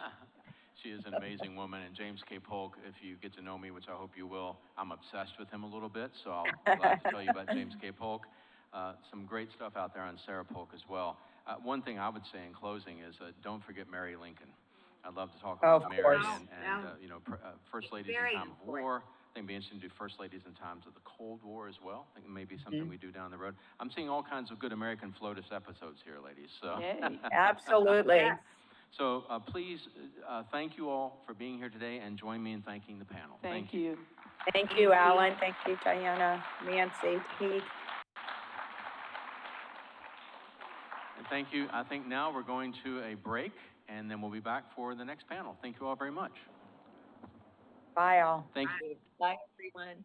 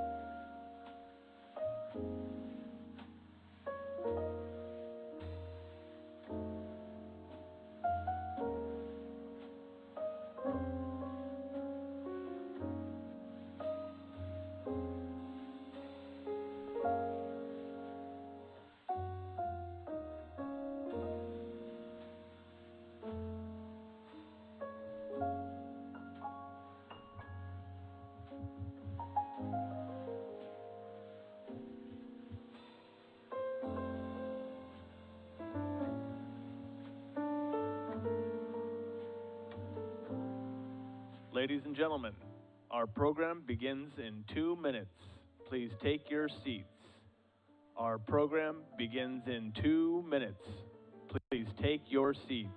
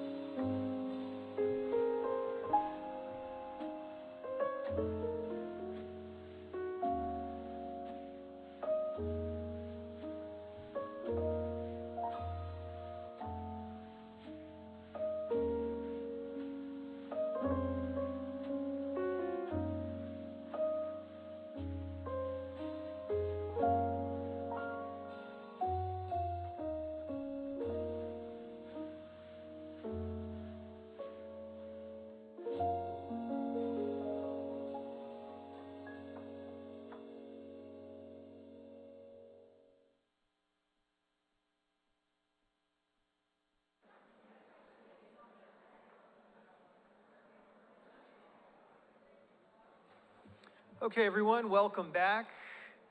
Please take your seats as we begin our second panel of the day. And it is my delight to introduce Lena Mann, the moderator of this panel, titled The People's House. Lena is a historian with the White House Historical Association, where she began as a fellow in 2017 and joined as a historian in 2020. She's interested in many different aspects of White House history, including her latest research on the enslaved individuals that built, lived, and worked in the White House. Today, she'll lead our exploration of White House restoration and collections over time, highlighting, of course, Pat Nixon's remarkable efforts and contributions to renovate and enhance the People's House. Please join me in welcoming Lena Mann and our great panelists for our second panel of the day. All right, good morning, everyone. I'm absolutely delighted to be here today, and welcome to our People's House panel. And yes, we are going to be talking about the White House restoration, some about the decoration and collections over time, and then, of course, we are going to highlight First Lady Pat Nixon's work to restore and renovate the White House and add to its legacy. I want to go ahead and introduce our panelists this morning. First, we have Dr. Matthew Costello. He is the Chief Education Officer and Director of the David M. Rubenstein National Center for White House History and holds the Marlene Sexton Chair in White House History. Joined the association in 2016 after completing his PhD and MA at Marquette University. And his first book, The Property of the Nation, George Washington's Tomb, Mount Vernon, and the Memory of the First President, was published by the University Press of Kansas and was a finalist for the 2020 George Washington Book Prize. He also co-edited and contributed a chapter to the volume Mourning the Presidents, Loss and Legacy in American Culture, published by the University of Virginia Press. Next, I'd like to introduce, a little bit out of order, Bob Bostock. He is the consultant to the Richard Nixon Presidential Library Foundation. He has curated and authored numerous special exhibits for the Nixon Library, including the Pat Nixon Centennial Exhibit, People Were Her Project. He has also written on Mrs. Nixon's tenure as First Lady for the White House Historical Association and appeared on its History Happy Hour program discussing Mrs. Nixon's work to expand the collection. Next, in the middle here, I'd like to introduce Robert. Robert has been a journalist for 3 decades, and his work has appeared in numerous publications, including the New York Times, The Guardian, and Smithsonian Magazine, where he is a regular contributor. And he is the author of 3 critically acclaimed books, including The Hidden White House, Harry Truman, and the Reconstruction of America's Most Famous Residents. And then finally, joining us virtually, we have Patrick Phillips Schrock. He is an Iowa native and has been a White House scholar since viewing Jacqueline Kennedy's television tour in 1962 as an 11-year-old boy. As an educator for over 50 years, he has made a career teaching world languages, history, and theater, and was a curator for Terrace Hill, the Iowa governor's mansion, until his move to central Portugal. He is the author of The White House, an illustrated architectural history, and the Nixon White House Acquisition and Redecoration Program. It is such a delight to welcome all of these very accomplished panelists.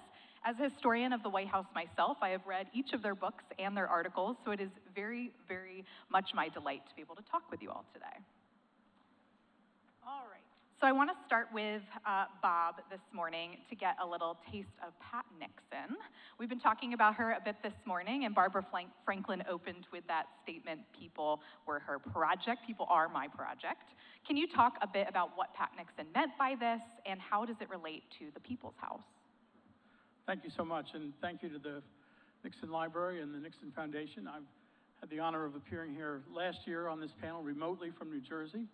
When I was invited back this year, I thought, you know, we've had the coldest winter in the East in 10 years. I'm going to come and get some California sunshine. And my wife texted me, it's actually nicer back in New Jersey today than it is here. And I hope she didn't say that just because I'm not there, so we'll see. But Mrs. Nixon, when she talked about people being her project, she really meant that from her heart. On her gravestone out by the birthplace, it says, even when people can't speak your language, they know when you have love in your heart. And she really did have love in her heart for people everywhere. With respect to the White House, what she wanted to do was make it more accessible to people, both physically accessible and just more opportunities for people to come and see the People's House. She started the garden tours, which are still ongoing. The next one, the Spring Garden Tour, is occurring next month at the White House, where people can go and tour the South grounds and see the Jacqueline Kennedy Garden and the Rose Garden, and usually they get to go into the house and see some of the state rooms. She developed tours for people who were visually impaired, allowing those groups to come in on special tours where they could actually touch many of the historic objects that were in the house and learn about them in that way, which is so important when someone has a visual impairment. She put in ramps for folks with in wheelchairs or had difficulty navigating stairs. A ramp at the East Wing, which is where visitors come in to tour the house, and then one at the North Portico, so that when they were done touring the house, they could go down that ramp. She created many brochures in foreign languages, not English, to describe the White House, because so many of the visitors to the White House are from foreign countries who do not necessarily have English as their first language. She developed brochures in those languages so people could get a sense of the White House. She started during Christmas time candlelight tours at the White House in the evening, because she recognized that the folks who live in the Washington area at Christmas time or in December, you know, not a lot of tourists in DC in December, but the people who worked in the federal government couldn't come see the White House during the day, so she started nighttime Christmas tours, candlelight Christmas tours, with the Marine Band playing carols and songs, and very, very popular, and those continued for quite a few years. I think they continued up until 9/11, when the security at the White House became much tighter. So when she talked about people being her project, it was not just when she was out and about touring the country or visiting other countries, but also in the White House itself, and made it possible for more people to see the house, to appreciate aspects of the house that you don't normally see on the regular tour, and to really get a sense, as she said, she wanted people to get a sense of pride in our history and in our country, and the more people who could do that, the better it was as far as she was concerned. Excellent. So I wanted to open with that little bit about Pat Nixon, because now we have to go back and take us through a little journey through time in order to get up to Pat Nixon. So I first want to briefly start with the 19th century.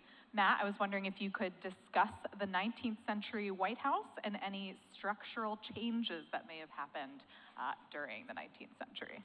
Big question. Yes, I'll try to be as concise as possible with this But you know, we're going to hear about some of the later restoration and renovations. But the White House was always sort of a perpetual work in progress. And oftentimes when presidents or first ladies or first families came to the White House, you know, we hear these accounts of what the building looked like. They were generally not positive assessments in terms of the furnishings, in terms of the decor.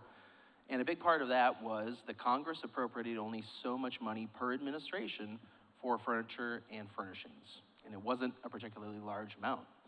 And so presidents and first ladies oftentimes had to bring personal items with them to help fill out this massive space. Or they would auction off historic furnishings at a local auction house in Washington, D.C., take those funds and purchase new things. This is a big part of why the White House collection today, you'll hear stories of things being returned to the White House, returning to the collection, and that's because that's really how these artifacts and objects pass through the White House for, you know, about 150 years or so, 160 years.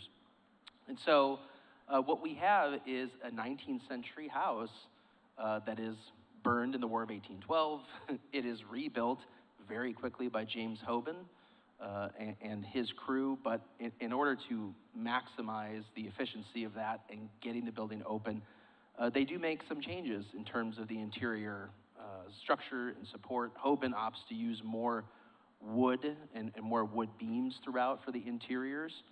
And eventually, as more and more renovations are done throughout the 19th century, additional weight is placed on that interior system. And so you get the 1902 Theodore Roosevelt renovation, which adds these massive steel trusses to the upper floors. And then really, I think probably the big thing that really does it in is Calvin Coolidge adds another level and a new roof, again with more modern building materials. We're talking about steel, we're talking about concrete, and all this additional weight is being added on top of the White House, which is primarily stone, brick, and wood. And because the foundational support wasn't there for this additional weight, what you get over time is the White House is sort of slowly collapsing. And what I mean by that is there are these instances of things happening in the White House and they can't really explain what is going on. There are these noises that they hear. Everybody assumes the White House is haunted.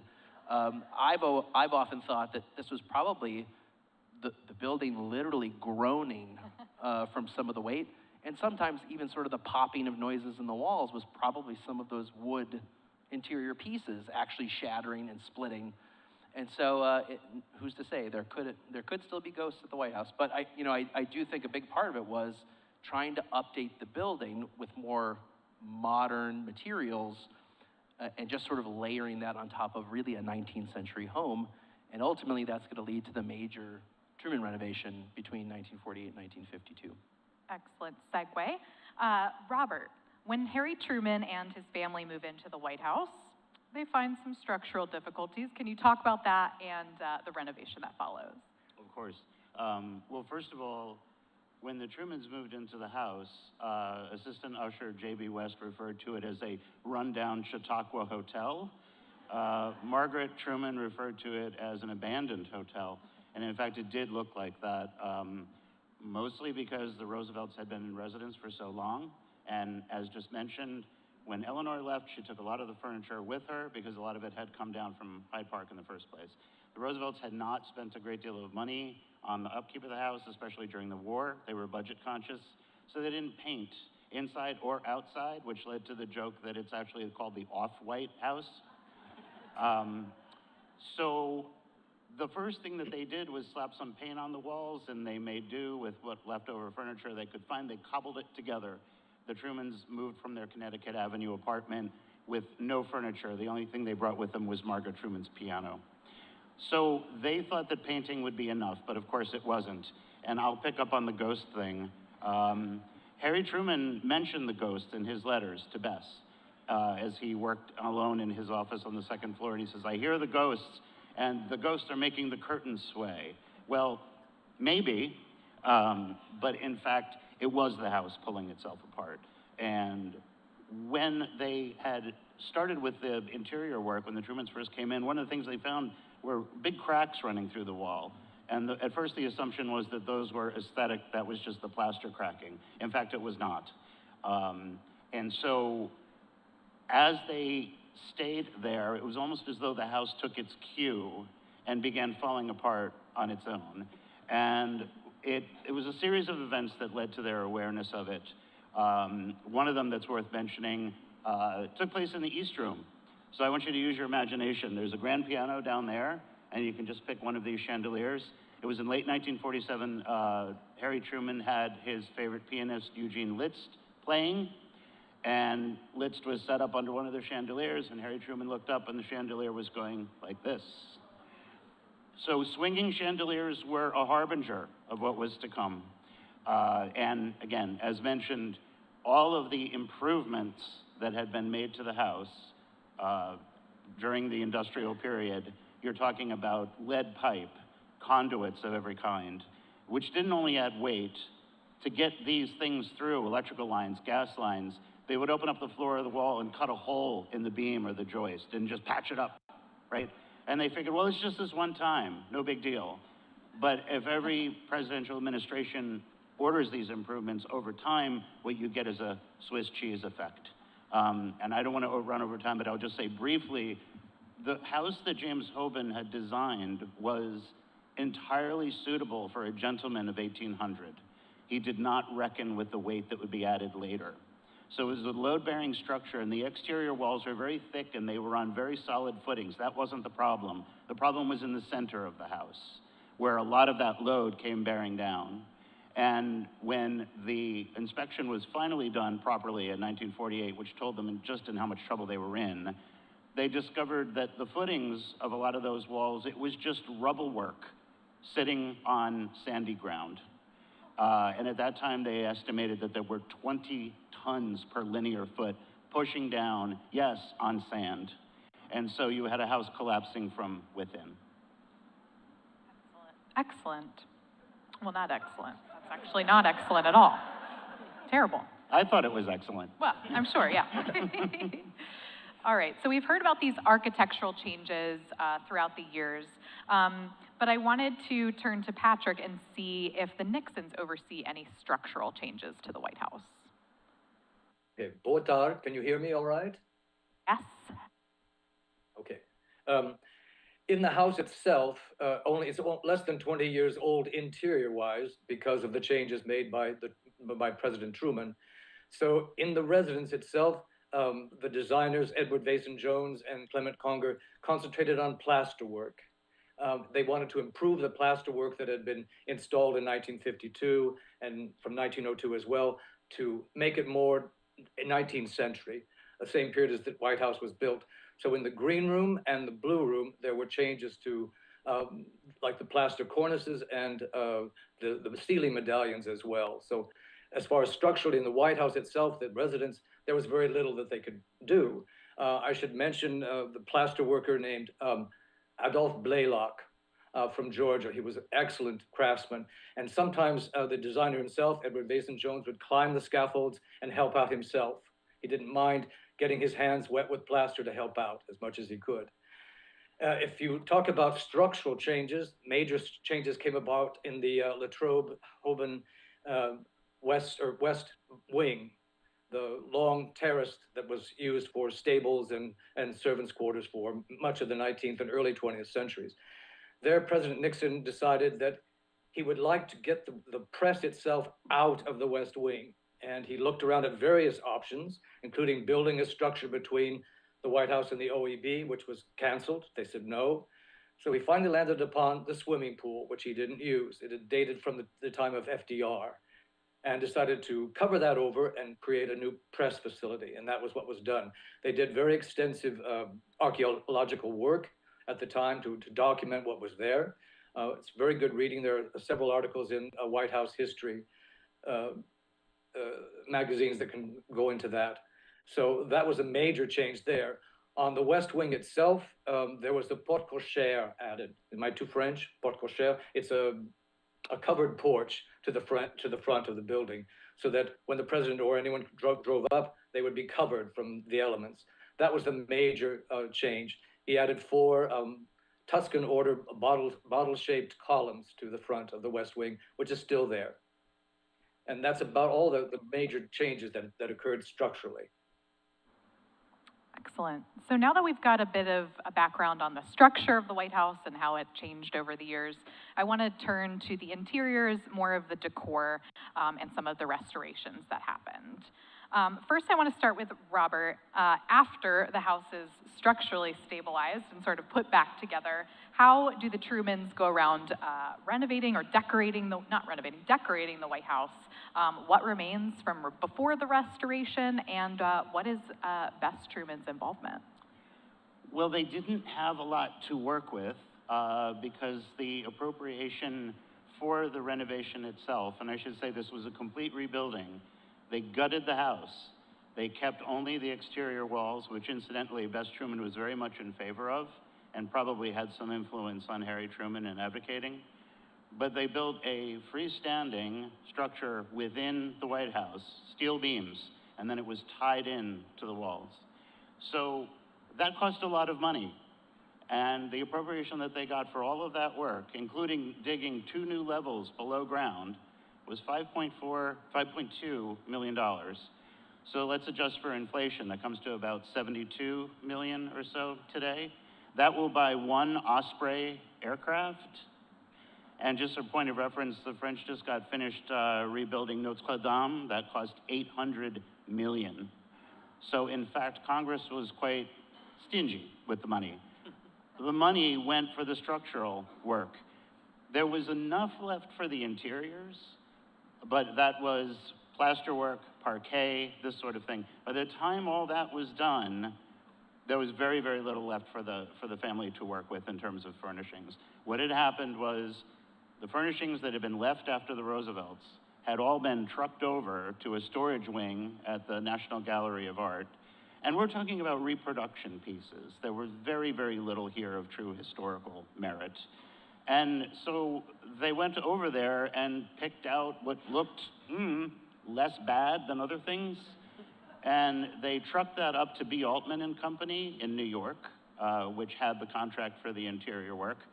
B. Altman restained the wood and fixed up the wobbly legs, did some reupholstery, and all that came back down. So Bess Truman, although I want to give her props for this, she said, I don't want to do too much interior work because we're only going to be here for a year. They were in residence, the Trumans, by the time the renovation was finished, the Trumans had less than a year to live in the White House before the Eisenhowers came in. And so Beth, to her credit, said, I don't want to do too much, right? The fact is she couldn't afford to do very much because there wasn't much money left. So what she did was pick out colors, curtains, draperies. She really liked bombastic floral prints, and you see quite a fair amount of that. And then the furniture was a mixture of what had been repurposed and restored. The new things that were purchased were reproduction pieces. If you were to go into Ethan Allen and, ask them for their federal stuff, this is kind of what we're talking about. This is why many visitors to the White House after the Truman renovation said, including Eleanor Roosevelt, she said it looks exactly like a room at the Sheraton, and it did. But what's interesting about the interior work relative to Bess is the spin on the press release that came out right before the interiors were revealed. And I don't know who the PR person is who did this, but hats off. They called it an American interpretation of the Georgian epic. Well, last I checked, Thomas Jefferson didn't have a lazy chair and a Bridgewater sofa. So this was like, vaguely federal, but it was also very much suburban. And when you see the watercolor renderings of it, you see pastels that remind you of the toasters and refrigerators that were coming out around the same time, light blues and purple, well, very light lavenders, say. So Bess actually did have an influence in terms of the fabrics and the colors, but to her credit, she didn't take too heavy a hand because she understood that as soon as maybe Eisenhower got in, she might have some changes in mind, and in fact, she did. Excellent. So if Bess Truman has more of a restrained approach to the White House, this brings us to Jacqueline Kennedy. Matt, I was wondering, can you talk a little bit about her redecoration of the White House and who she works with, and what impact does she have on the collection overall? Sure. So, and it's interesting because I think we toss around these words, you know, redecoration, renovation, restoration. You know, Mrs. Kennedy would have probably used the word restoration. And when she talked about it, I mean, that was really how she was talking about this project to the American people, that the White House should reflect the history of the United States. And that includes the incredible cabinet makers, craftsmen, people who've created these pieces that probably never actually were in the White House, but instead the White House should be a stage for those historic examples. And as part of this project, Mrs. Kennedy, she began sort of with a typical Congressional Appropriations Fund for redecorating. I think in her time it was only $50,000, which didn't go very far in 1961. And she worked with Dorothy Sister Parrish to do a lot of the redecorating on the second floor. She expends that money pretty quickly. She hasn't even really touched the state floor. So obviously this is a problem for Mrs. Kennedy. And in part what she does is she creates a fine arts committee for the White House. She works very closely with Henry Francis DuPont, who founded the Winter Term program. And then also she has quite a few allies, friends, acquaintances who are also very much involved with, you know, acquiring American antiques and historic pieces.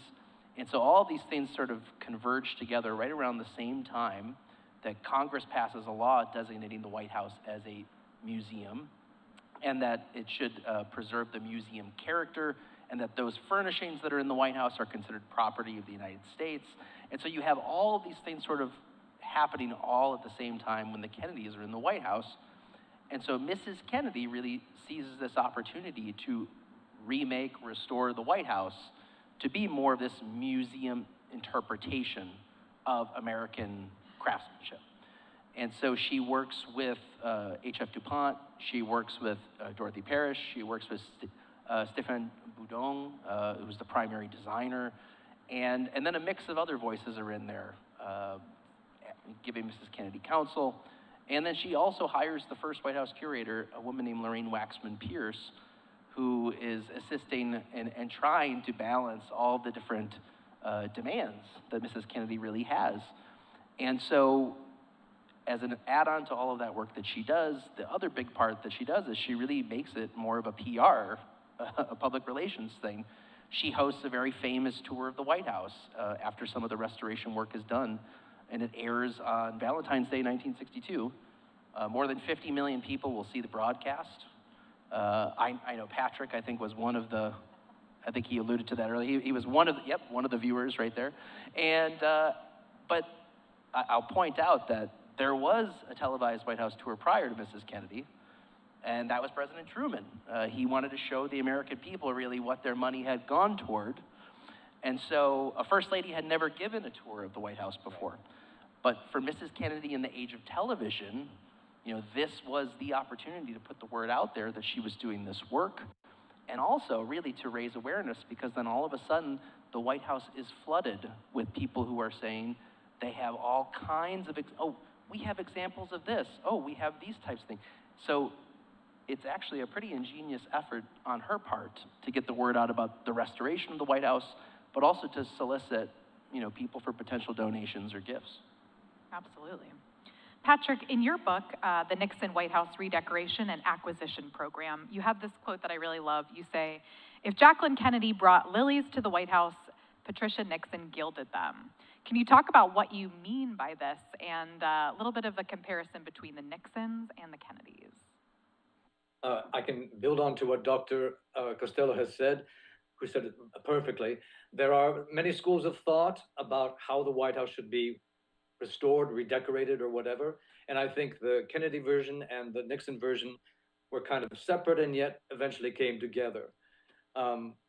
I think that the Kennedy aesthetic was the house has its own history and needs to represent its own things that need to come back if they can. But of course, if you wanted to restore the Grant Red Room, it would be impossible because everything's gone. And as far as the Nixons were concerned, their major focus was the White House should reflect the very best of American art and design. And it had and the emphasis was on American. That was very much what Nixon thought and what Mrs. Nixon thought as well. So I think that anytime anything was added during the Nixon redecoration, Mrs. Nixon was very careful to say, I'm just adding to this, what Mrs. Kennedy laid down. She was always very cautious about taking a lot of credit. And she did so much. I'm glad that that this is happening now to acknowledge all that she's done. But she was always reluctant to compare herself with Jacqueline Kennedy. So those two schools of thought, should the White House reflect its own history? Should it be invented as long as we bring in the best? And I think that's a struggle that's still going on today in the White House. Excellent. Pat Nixon works really closely with the White House curator, Clement Conger. Patrick, where was he working prior to the Nixon presidency, and how do this pair meet? It's a very interesting story. Mr. Conger, Clement Conger, was a Virginia gentleman. He was an assistant chief of protocol at the State Department. And he worked very closely in the State Department to start a collection of furniture, of federal furniture that the State Department could exhibit. The only problem was that building was a 1960s glass and steel building without kind of a shell to show anything. So working with Edward Vason Jones, he created these colonial interiors with plaster and wood that were incredible. It's the only thing I can say. If you go to visit today, you can still see them. It was a creation of these two. Clement Conger brought in furniture. Edward Vason Jones did all the creation of these wonderful colonial interiors that never existed in colonial America, but it was an attempt to, this is what we could have if we wanted to. It's sort of like a garde meuble that America doesn't have. A garde meuble is a type of organization that collects furniture for historic uses. Most countries have that. We don't have that. So the State Department and the White House are the closest things we have besides museums for that purpose. What he was he was the chief of protocol there.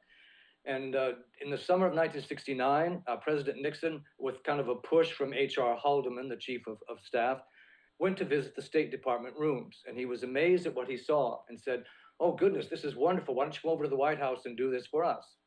And that's how it happened. The previous curator was leaving for the Capitol, James Ketchum. He went on to do wonderful things at the Capitol. And so Clement Conger divided his time between the White House in the morning and the State Department in the afternoon. And he brought along with him Edward Vason Jones. And together they worked through all this incredible recreation of the White House into an all-American version is what I would call it. Being very careful to do everything American that they could. And he worked very closely with Mrs. Nixon. He was very good friends with Mrs. Nixon, and they got along very well together. And I think that was a very good working relationship, including with Edward Vason Jones. Not quite like the Kennedy years where there was a little tension between the decorators and their different visions of the rooms. They worked perfectly together. Patrick, can you briefly take us a little bit further into that Pat Nixon decoration of the White House? Where does she start and what is her approach? Okay. I was very lucky, I'm going to segue to something personal here, as a boy of 18 to get a job in Washington, D.C. at the Marriott at Twin Bridges. I don't know if it's still there or not. This is over 60 years ago. I worked at night, but during the day I could visit all the monuments in Washington, D.C., and there was no security then. You could just jump in the line and go through. I think I visited the White House at least twice a week. After a while, the guards would kind of look at me like, what are you doing here again? And I have to look. The Kennedy rooms were still intact at that time. And by intact, I mean the shell was there, but I noticed every chair was worn. There were splits in upholstery. All of the silks on the walls were just buckling and sagging. It looked very, very dingy, even though it was a beautiful shell. And when Mrs. Nixon first arrived, she said, I don't really want to make any changes, but she saw the need for it, that everything needed refreshing. The Kennedys did not order extra materials. And those materials, a lot of them came from France and were very expensive. So, and added to that were the Johnsons were very encouraging of the public to come in and y'all come, y'all sit down. have a seat. Whereas the Kennedy rooms were more like, more attractive to look at than to actually use.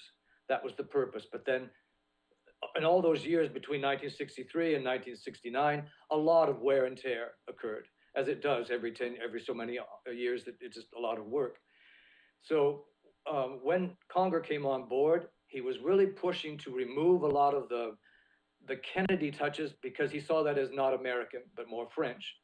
Of course, our early presidents always preferred that. Anytime there was a chance to grab French furniture, they would grab it because that's what they preferred.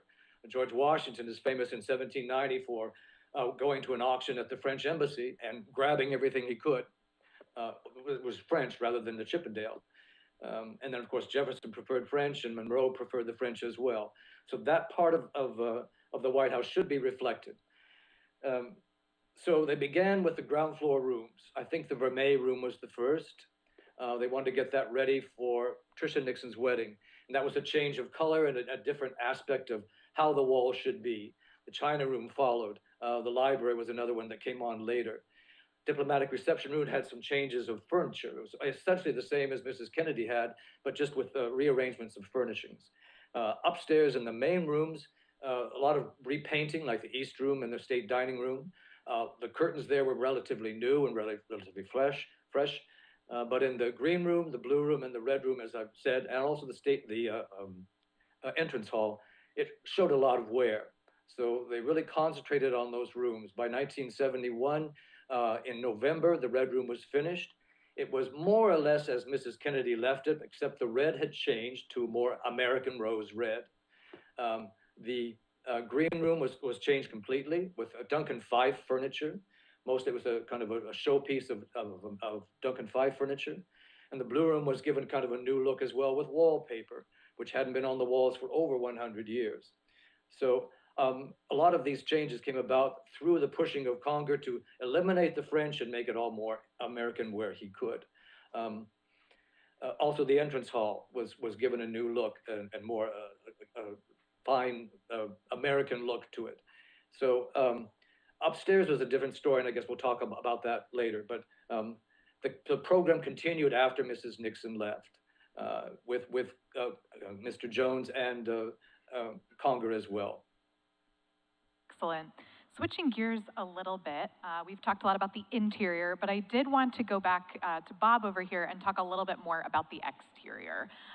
You've mentioned it a little bit in the beginning, but what does Pat Nixon do to sort of enhance the exterior of the White House? Sure, she did one of the most amazing things that is kind of surprising it hadn't been done before. But shortly after she became First Lady, she started to receive some letters from people who had visited Washington and had seen the monuments at night. You know, the Washington Monument and the Lincoln Memorial and the Jefferson Memorial, all lit up beautifully. The White House was dark, no exterior lighting on the White House. So she decided that she would make that a project straight away. And there was money left over from the money that had been raised privately for the inaugural festivities, the balls and all the rest. And she decided, let's use that money to light the White House at night. So she worked with engineers with the National Park Service, who's responsible for the grounds of the White House. And they devised a lighting scheme. And she wanted to kind of make it a surprise for the president. So one night they were coming back on the presidential helicopter, I think from Camp David or maybe from Andrews Air Force Base. And as they approached the White House, it was dark. All of a sudden, the lights went on and it was illuminated for the first time ever. The president was so thrilled by this that he had the helicopter circle the White House, not just once, not just twice, but 3 times, which was not on the flight plan, I'm sure. But, you know, when the president says, let's circle the White House, the pilot says, yes, sir, and they circle the White House. But, so the lighting of the White House is, you know, now when we think of it now, we assume that it had always been lit. But in fact, it was not lit until 1970, thanks to Pat Nixon. The other thing that was really important is that, you know, under the flag code, when it gets dark, you take the flag down. Well, the flag over the White House by presidential proclamation, once it was lit, now flies 24/7 over the White House. That's been true ever since 1970, when Mrs. Nixon pushed the button in a little ceremony they had on the South Lawn pushed a button to light up the White House for the first time, except for the time that it was lit when the President and Mrs. Nixon circled it. The Marine Band was there playing America the Beautiful, and the house suddenly became lit. It must have seemed almost like that scene in The Wizard of Oz when Dorothy lands, you know, in Oz, and it's all in sepia color because of, you know, it was, you know, from that farmhouse in Kansas, which I'm sure never looked as bad as it did in that picture. And then she opens the door, and there's the beautiful Munchkin land, you know, all in vivid Technicolor. And I think that must have been kind of the same effect that people had who had been used to seeing the White House dark at night, only the lights in the rooms and the windows illuminating it. All of a sudden, in all its glory, lit at night, and the American flag flying proudly over the house 24 hours a day, 7 days a week, all year. So that was, you know, the exterior of the White House, Philip mentioned a few things that happened, a few minor things, but the White House has pretty much looked like the White House, with the exception of when President Truman added the balcony on the south portico. But if you look at pictures of the White House from, you know, way back when they first started taking pictures, you're like, yeah, that's the White House. But now it can be seen now it can be seen at night, and it really is just a magnificent sight. If you ever get to Washington, be sure to walk down Pennsylvania Avenue and look at how beautiful the house looks at night. And then, you know, give a nice thought for Pat Nixon, who thought to do that and accomplished it. So when it comes to the collection itself, one fun fact that I always like to tell people is that Mrs. Nixon acquires a lot of artwork for the White House collection. More, in fact, than some other first ladies, like Jacqueline Kennedy. This is kind of unexpected. Most people are a little bit surprised by this. I was wondering, Bob and Patrick, and really anyone that wants to hop in on this, can you talk a little bit about Mrs. Nixon's overall impact on the White House collection and maybe highlight some of the pieces that she adds? Sure, I'll start, if that's okay with Patrick.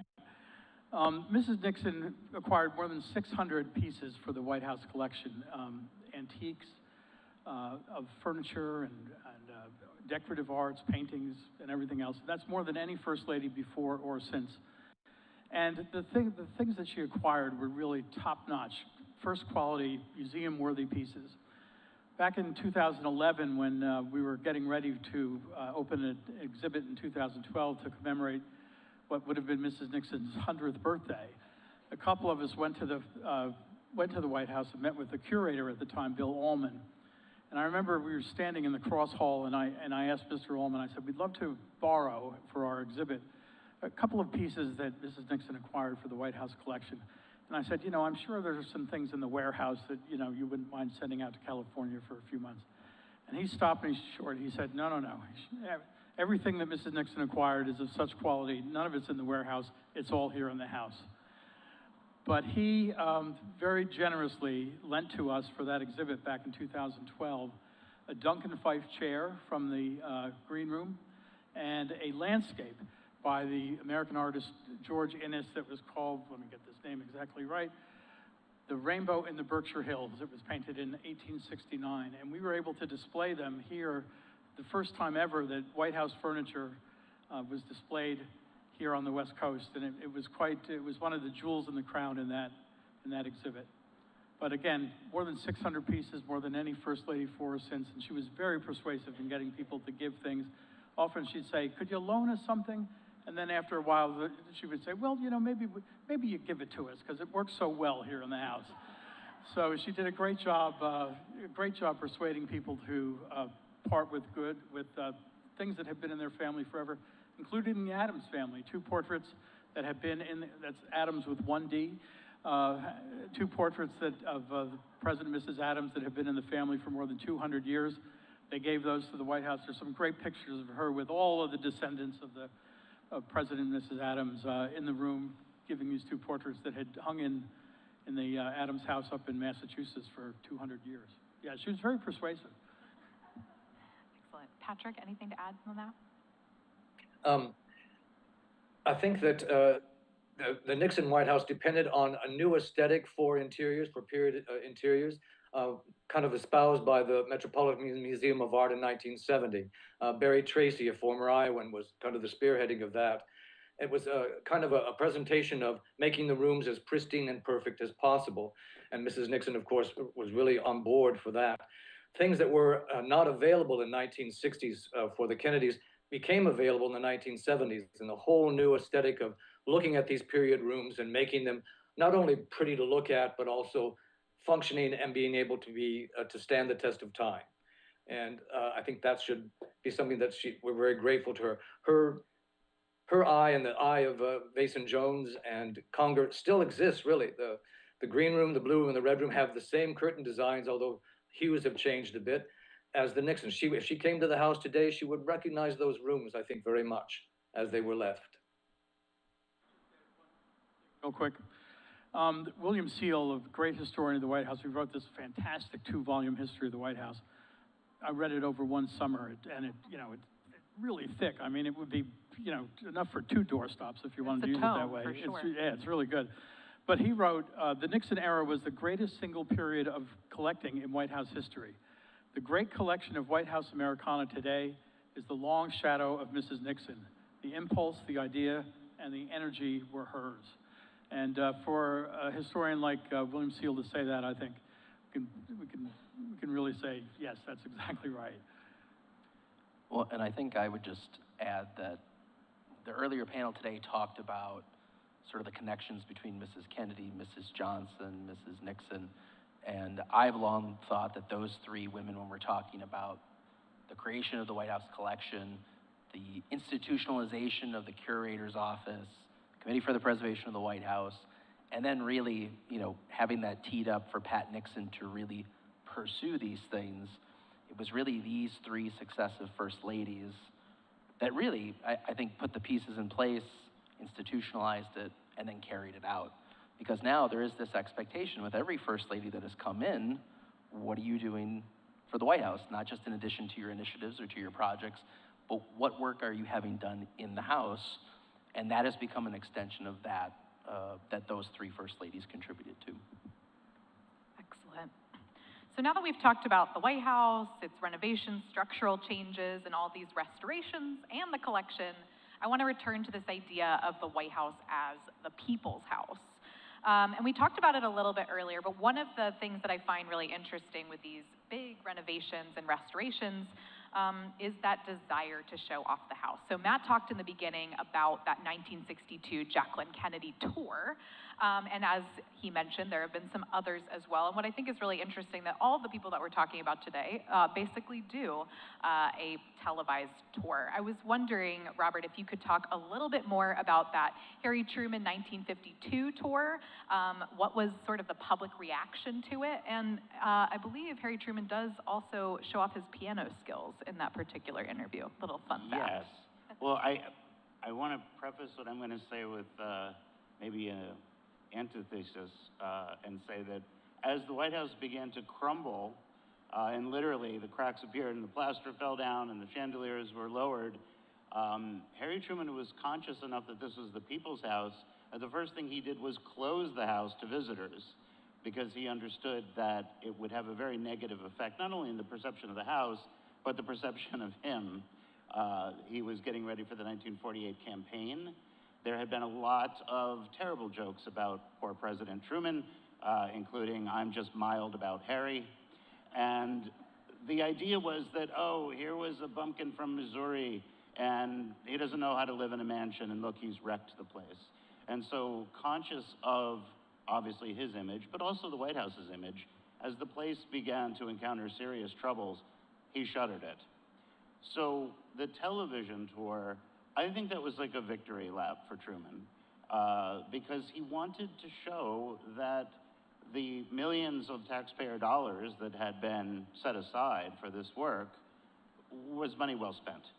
And that was really the whole idea of it. I also think it's too bad that he didn't run for office again, although I'm sure Beth would disagree with that, because he showed himself to be a natural in front of the TV cameras, and he was very funny with Walter Cronkite, who was, then just perhaps not as well known as he would become later.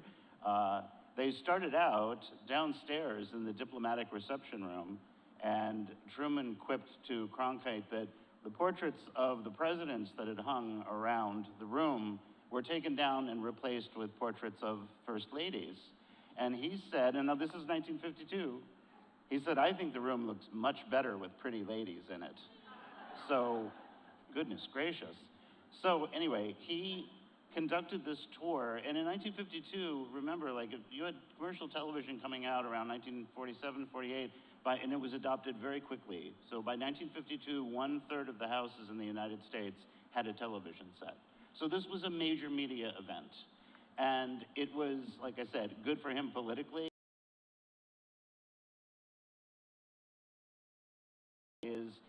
As you can imagine, with something as big as the White House renovation, it ran behind, and it ran over budget.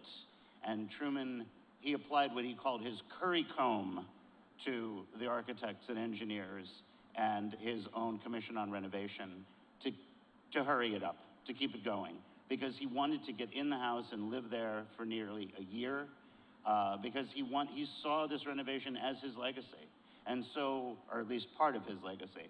And so when the television tour happened, it was like him claiming a ribbon that he thought that he deserved, and in fact, I think he did. Excellent. Looks like Patrick went down for a second. Hopefully he'll be back. So I'm going to ask about the 1970 Tricia Nixon tour of the White House. What was the purpose of this tour, and what is she showing off? Sure. In 1970, the folks from 60 Minutes, the TV show, started asking the White House if they could do a televised tour during 60 Minutes. You know, there's an old saying, if you show up at your office one day and 60 Minutes is there, you know you're about to have a bad day. But, but this was actually a good day for it. Mrs. Nixon decided not to do it. She was very judicious in terms of what she chose to highlight in her public appearances. So she asked Tricia, who was living in the White House with the President, Mrs. Nixon, to conduct the tour. Tricia originally said no, but as I mentioned, Mrs. Nixon could be very persuasive, and she finally relented and agreed to do it. So the crew from 60 Minutes showed up, and what they toured were not the staterooms that President Truman and Mrs. Kennedy had shown, but the family quarters up on the second floor, which are never seen by the public.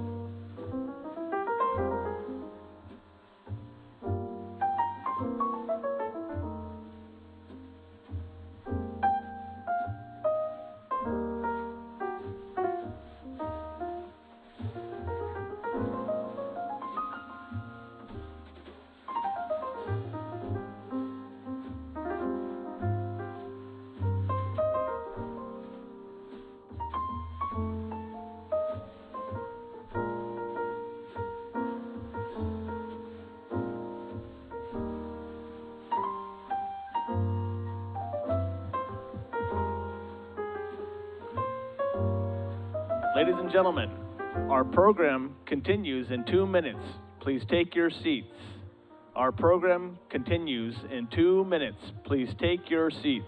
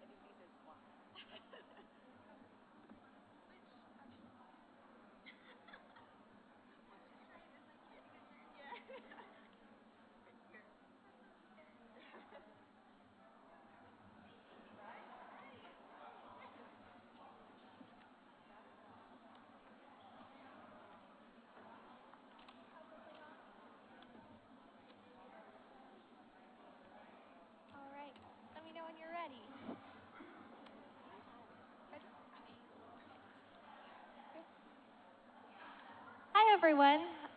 It's Tamara Martin again. Thank you for continuing to stay for the program. We really appreciate it.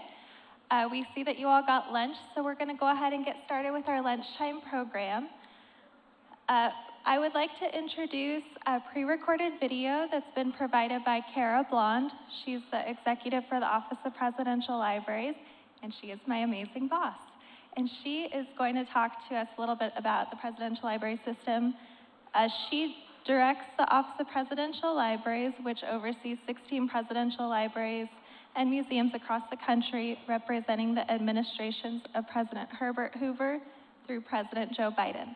So with that, I will hand it to Kara. Thank you. Thank you, Tamara. And hi, everybody. My name is Kara Blond, and I'm the executive for the Office of Presidential Libraries here at the National Archives. The presidential libraries are comprised of 16 libraries and museums across the country, representing the administrations of Herbert Hoover through Joseph Biden. Each year, our presidential libraries welcome thousands of visitors, millions even from all over the globe, to learn more about American history, culture, civics, and our shared experience. The library system is unique to the United States. Presidential libraries are archives and museums that bring together the documents and artifacts of a president and his administration and present them to the public for study and discussion without regard for political consideration or affiliation. Our libraries and museums, like their holdings, belong to you, the American people. In the early years of our country, many presidential papers and records were lost, destroyed, sold for profit, or ruined by poor storage conditions. But in 1939, President Franklin Roosevelt sought a better alternative and established the first presidential library. Congress legislated this policy, passing the Presidential Libraries Act in 1955. Through archives, museums, and public programs, presidential libraries continue to preserve the documents and artifacts of our presidents, helping us learn about our nation and our democracy. We protect, preserve, and provide access to a combined total of, get this, 600 million pages of textual materials, nearly 20 million photographs, over 20 million feet of motion picture film, nearly 100,000 hours of disc, audio tape, and videotape recordings, over 500,000 terabytes of electronic data, and close to 750,000 museum objects across the library system. These varied holdings make each library a rich source of information and a center for research on the presidency. Our teams actively work to declassify and make additional records available to the public. We're also working to digitize records to provide broader online access to all. We've heard such a robust conversation today between our two panel discussions about the East Wing and the White House restoration. The contributions of all First Ladies have been truly impactful. The lighting of the White House, opening the People's House to public tours, and incredible attention to restoration details under First Lady Pat Nixon have particular resonance with me. I've had the honor to visit the White House and have seen Pat Nixon's influence still prevalent today and enjoyed by visitors each year. You can use the QR code for this event to see digital copies of many of the historical moments mentioned in today's discussion. We invite you to visit one of our presidential libraries or our website at nar.gov to learn more about our records or our public programs and services. When you come to one of our presidential library sites, we encourage you to take advantage of our library passport program. I've got one too. On your travels to libraries across the country, you can keep a commemorative stamp from each library in a keepsake booklet. I wanted to take a moment to thank each of our esteemed panelists and moderators for such an informative and engaging discussion today. A special thank you to the Richard Nixon Foundation, White House Historical Association, Docent Guild, and the federal staff at the Richard Nixon Presidential Library and Museum who helped make today's event such a success. I hope you've enjoyed the discussion so far, and next I'll pass it back to Tamara, who will be hosting the next part of our program, which is a discussion with White House curator Donna Hayashi Smith. Thank you.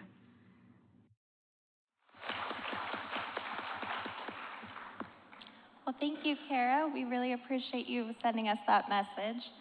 And now I am thrilled to introduce White House curator Donna Hayashi Smith. We are so happy you were able to join us here today. Thank you very much. Oh, of course. Appreciate it. So Donna is White House curator. You were appointed in February 2024. You previously served as Associate Curator of Collections and Registrar, and you've been a curatorial staff member since 1995. Yes, as of last week, I just earned my 30th year pin. So 30 years at the White House. Congratulations. That's amazing. So tell us a little bit about how you got to your role. What kinds of jobs have you done in the past, and what has it been like to work with the White House for so long? Well, I graduated from the University of Hawaii with an undergraduate degree in art history, and I wanted to stay in Hawaii, but quickly realized that that was not going to bode well for me, so I applied for a Smithsonian Institution fellowship and was awarded one. So that brought me to Washington, D.C., and what was a 3-month fellowship turned into 34 years. I loved museum work. I was always interested in it, and I applied for jobs. Was fortunate to get hired by the Smithsonian as a registrar, an aide, a GS4, for those of you who know what that means.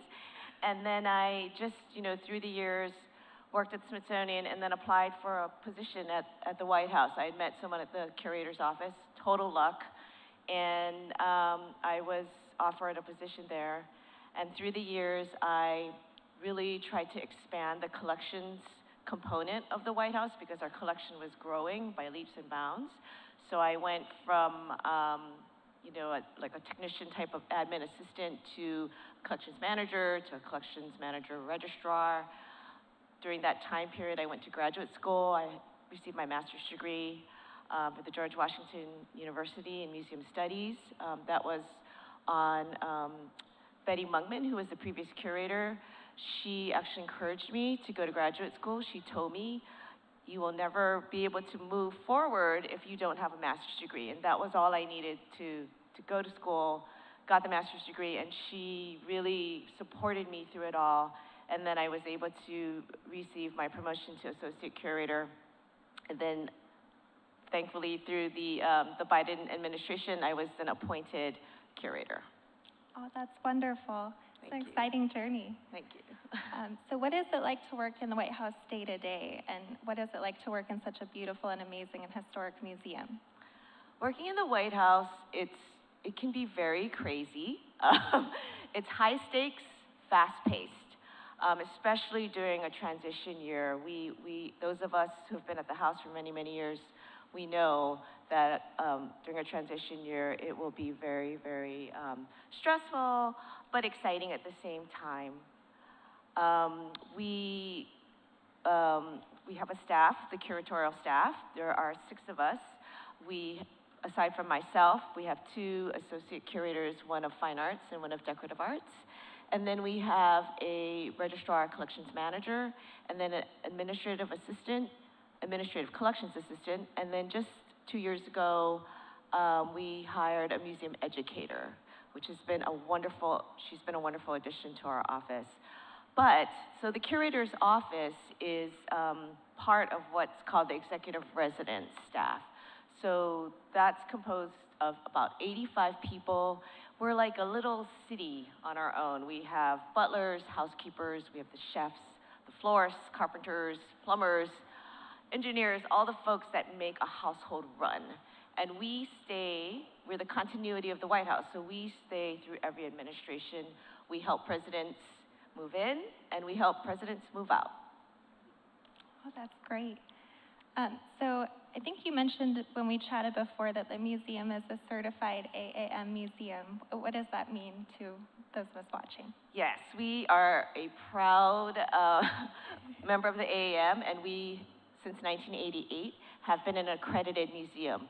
So all of the museums that you know of, like the Smithsonian and the National Gallery of Art, they abide by the highest museum standards, best practices. And so the White House, that has always been a goal. So since 1988, we received museum accreditation from the American Alliance of Museums.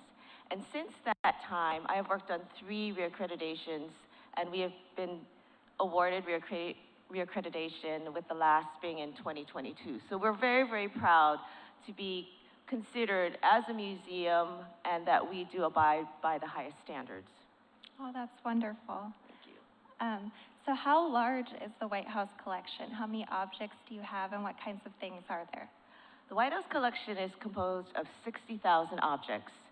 It's grown about, I think when I started, I think we were at 30,000 objects. Oh, wow. So a lot of those objects are fine arts, painting, sculpture, but also decorative arts. So China services, flatware services, things that you don't even think about, like in the East Room here.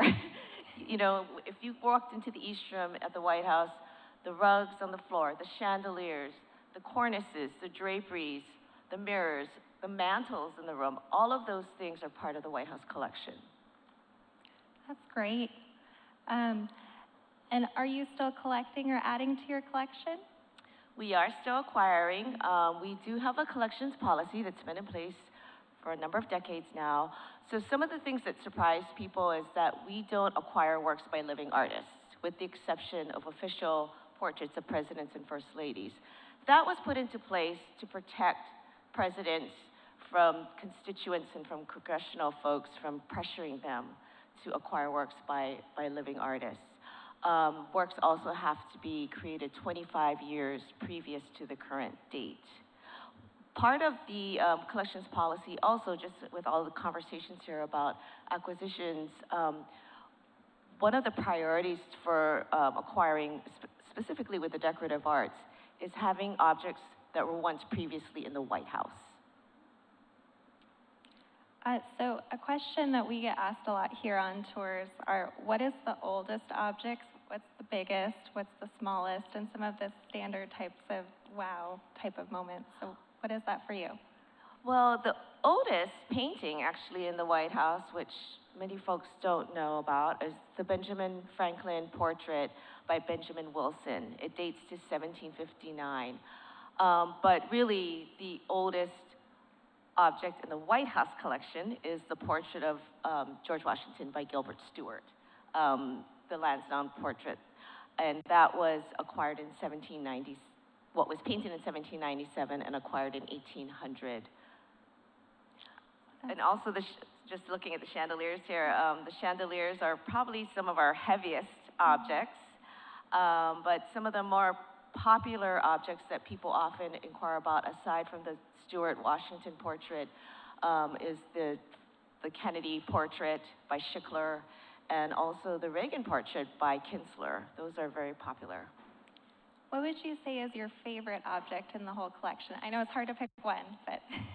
My favorite object, well, I will have to talk about a few, because it depends on the day. But one object that you all would probably see if you looked at a picture is in the Red Room. It's called the Dolphin Sofa. It's an Empire sofa. I love animal imagery, so I love the fish on the legs. Another object that many people don't have a chance to see is a Japanese chigaidana, which is a cabinet that was actually a gift, we believe, to President Pierce in 1855 by Commodore Matthew Perry. It's a lacquered cabinet chest that many first families have had throughout the house. So through its years in the White House, it has been we know it's been in the Blue Room, in the private quarters on the second floor, in the Green Room in 1902, and then most recently, Mrs. Laura Bush actually had put that cabinet in the Lincoln sitting room, and now it's at storage. But it's traveled to many different places, and when you look at some of the historic photographs, room photographs, you'll see this cabinet that first families seem to have loved. I just think it's a fascinating object. It sounds beautiful. So I know beforehand you very generously shared some photographs with us, which you can all see on the QR code, but I think we're going to try to put them up on the screen. And I know there were 3 objects that you kind of wanted to walk us through. So I was wondering if you could share a little bit about the Bronco Buster, the armchair, and the work table. Sure, sure.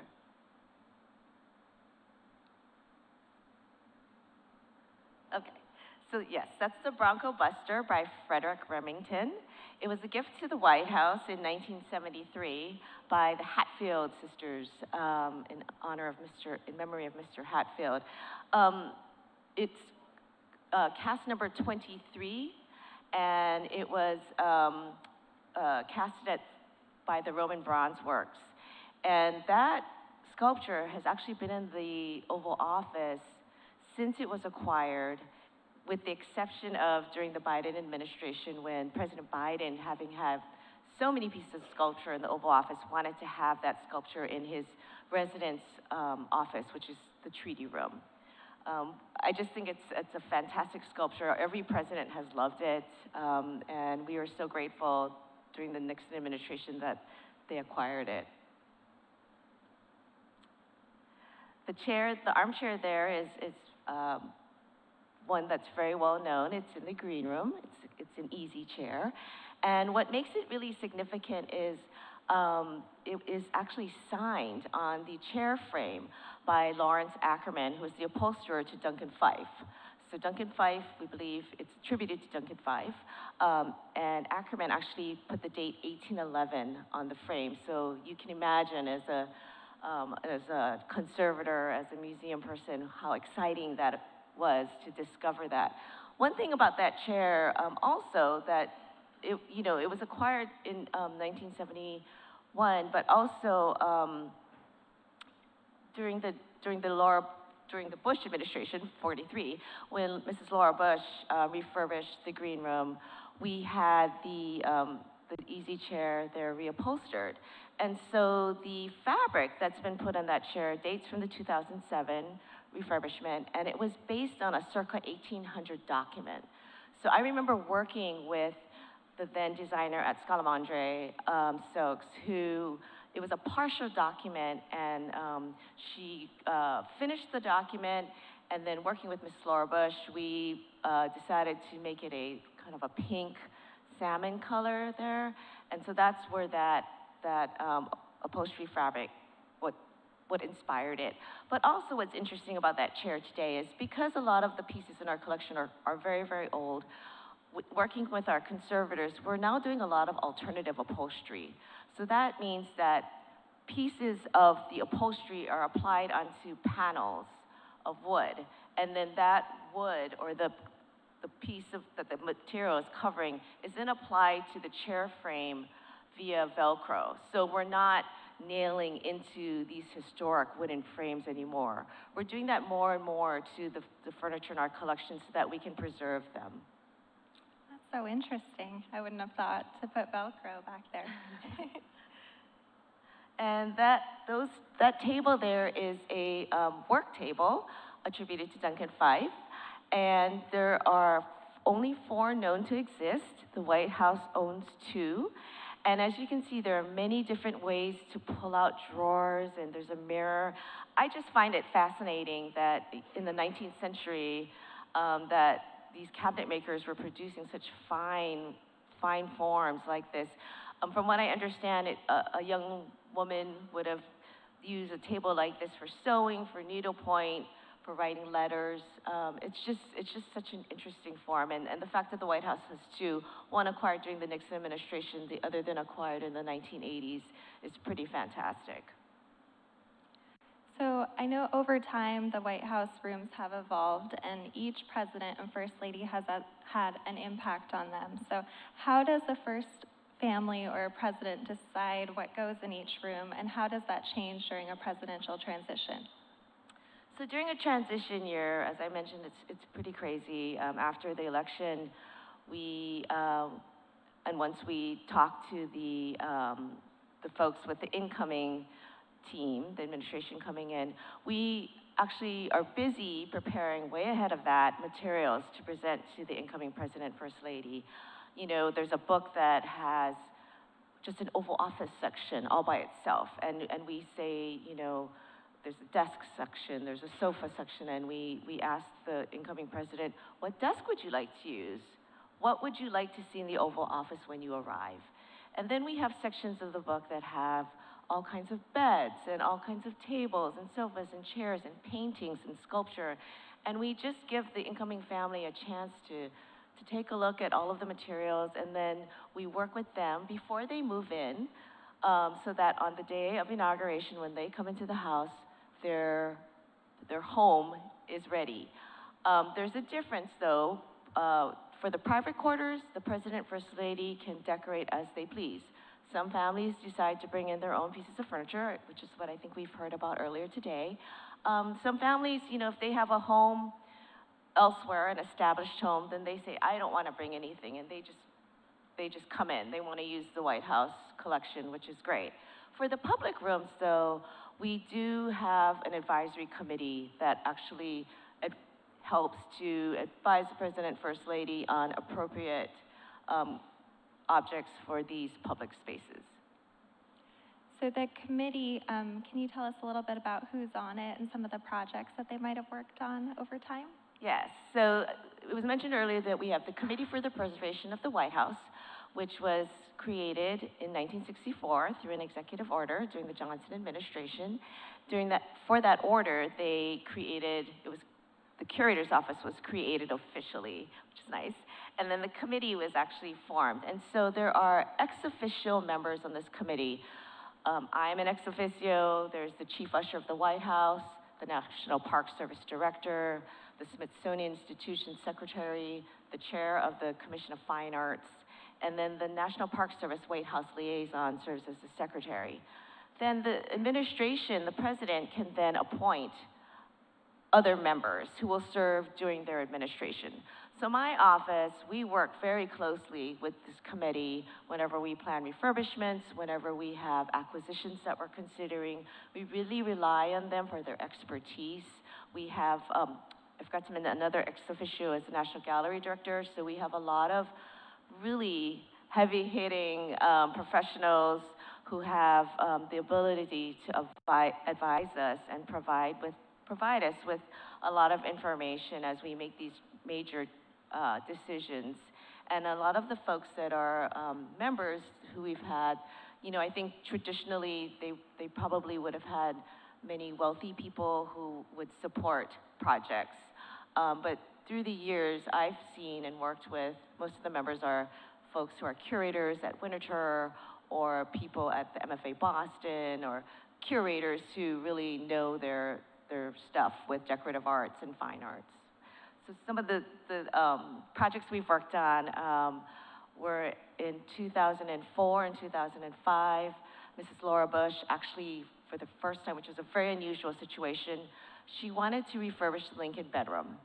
And many, many families prior to her kind of hesitated because the Lincoln bedroom is very symbolic. And any first lady, any president would really be putting themselves out there for criticism. So Mrs. Bush, very smart of her, she asked the committee to help her to refurbish the room.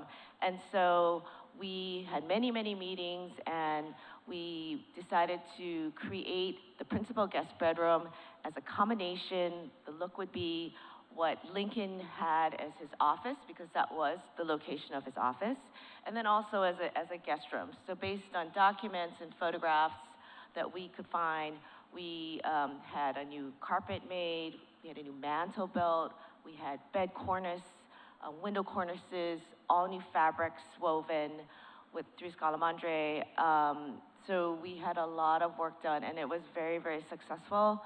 Another big refurbishment under Mrs. Laura Bush was also the green room, which that chair that was just up on the screen.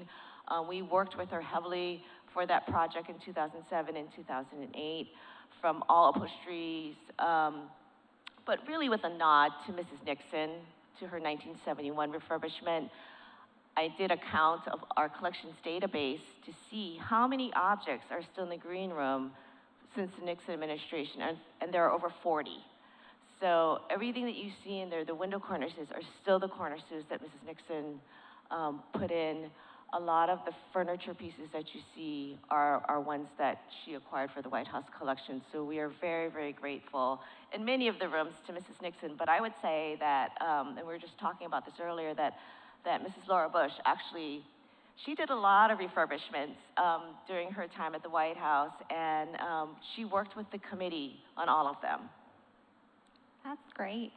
So what would you say is your favorite part of your job? I think the favorite part of my job through the years, and now that I'm older, I guess I've had time to reflect more, but the favorite part of my job is really the families. You know, putting politics aside, everyone on our staff at the White House, we walk in the door and we don't talk about politics. We look at these families as people, as families that are moving in. And as it was discussed earlier, you know, there really is this connection with these first families. They rely on our staff for our discretion. They rely on us to support them and to make the White House a home for them. So it's always a thrill to me, especially on Inauguration Day, when, you know, to be able to witness that peaceful transition of power. We are given this bird's eye view to see the families walk out the door in the North Portico, the incoming president and First Lady, the outgoing president and First Lady, watch them get into the limousines and drive off to the Capitol. And every Inauguration Day, I always try to sneak out and watch this happen. And I don't know if Anita McBride is still listening, but the year that Mrs. Bush and President Bush were leaving for the Capitol, we walked out there and we hid on the steps and we saw Anita and she waved at us. And so that was really a special moment. So I think seeing the families and learning about their tastes, you know, to make the private quarters their home, that's always so interesting to me. Seeing also the presidents in the Oval Office to see what they select and what they like for themselves. And a lot of times presidents have similar likes and tastes. You know, as you can see now in the current Oval Office, President Trump is still using the draperies that Bill Clinton had in the Oval Office. And the rug that he's using dates to the Reagan administration. And when President Biden had the Oval Office, he used those same draperies, the Clinton-era draperies, and the Clinton-era rug. So seeing, aside from the decorative arts, the paintings that are selected, it's just a fascinating experience to be able to say that I was a part of helping to make these rooms their own. That's amazing.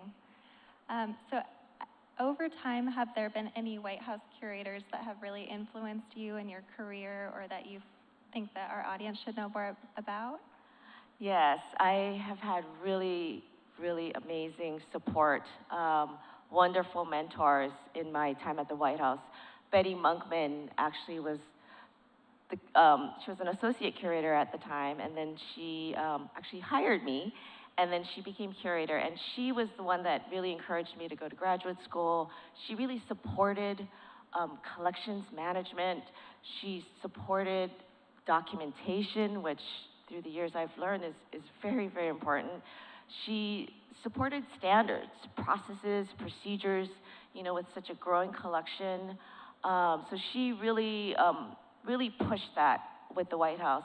And then, of course, Bill Allman, who we heard about earlier, he was a wonderful mentor to me. Also, registrar, collections person, but, you know, decorative arts curator.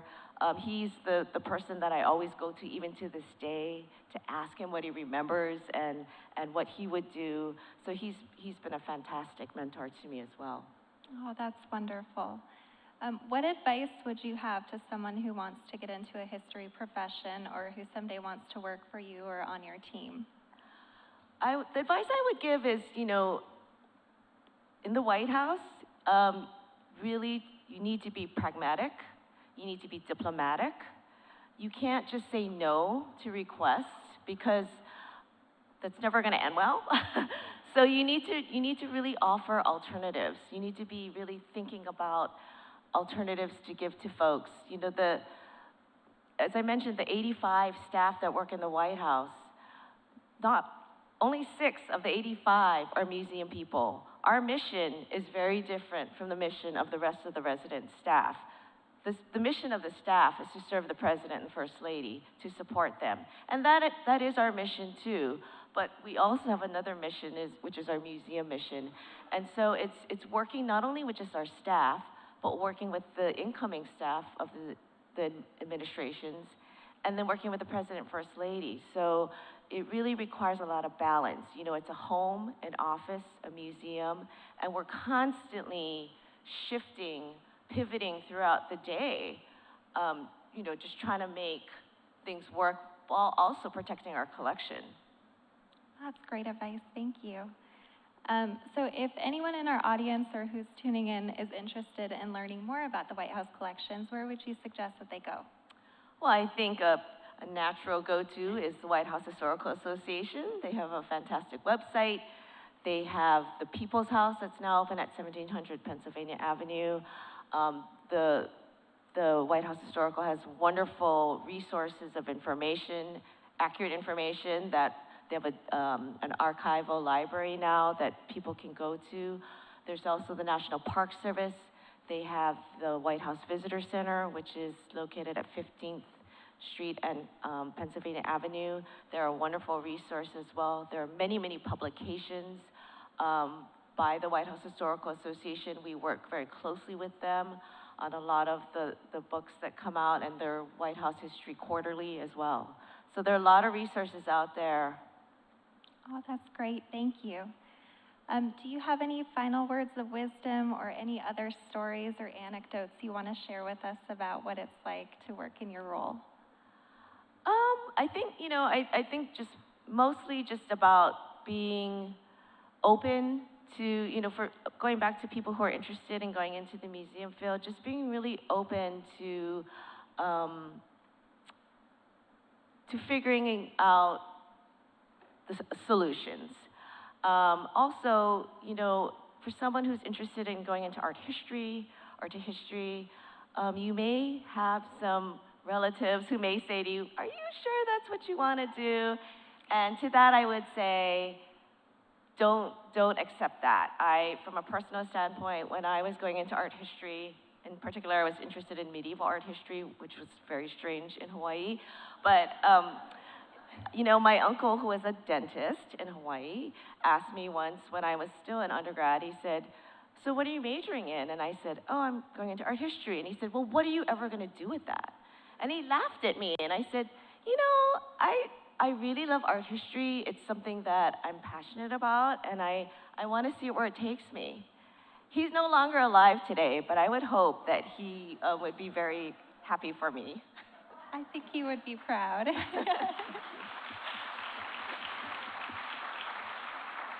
Well, thank you so much. We really appreciated you coming out here and sharing your experience with us. And I know we all learned a lot about the White House collection. We really appreciate it. So we just wanted to thank you. Thanks, Tamara.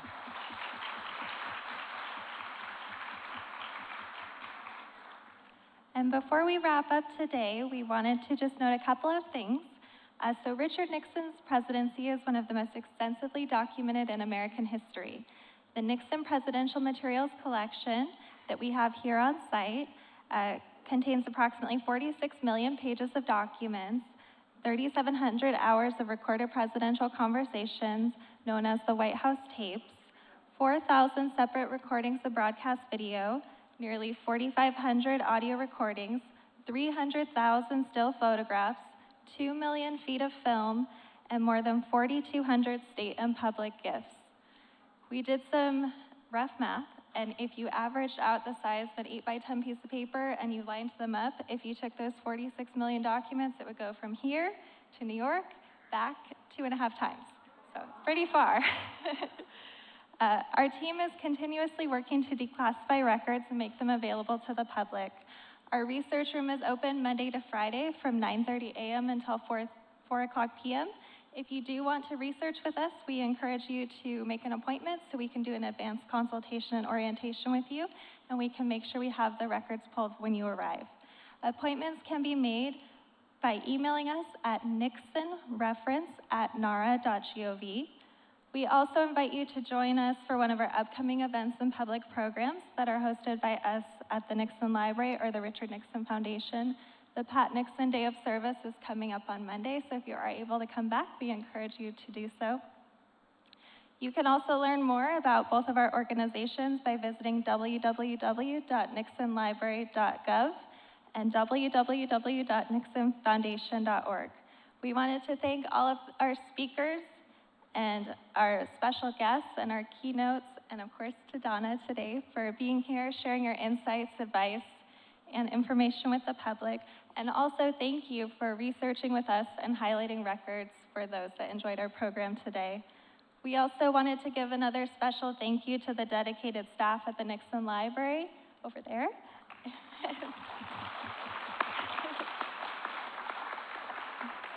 And then also a big thank you to the Richard Nixon Foundation, which I know are back there, so thank you.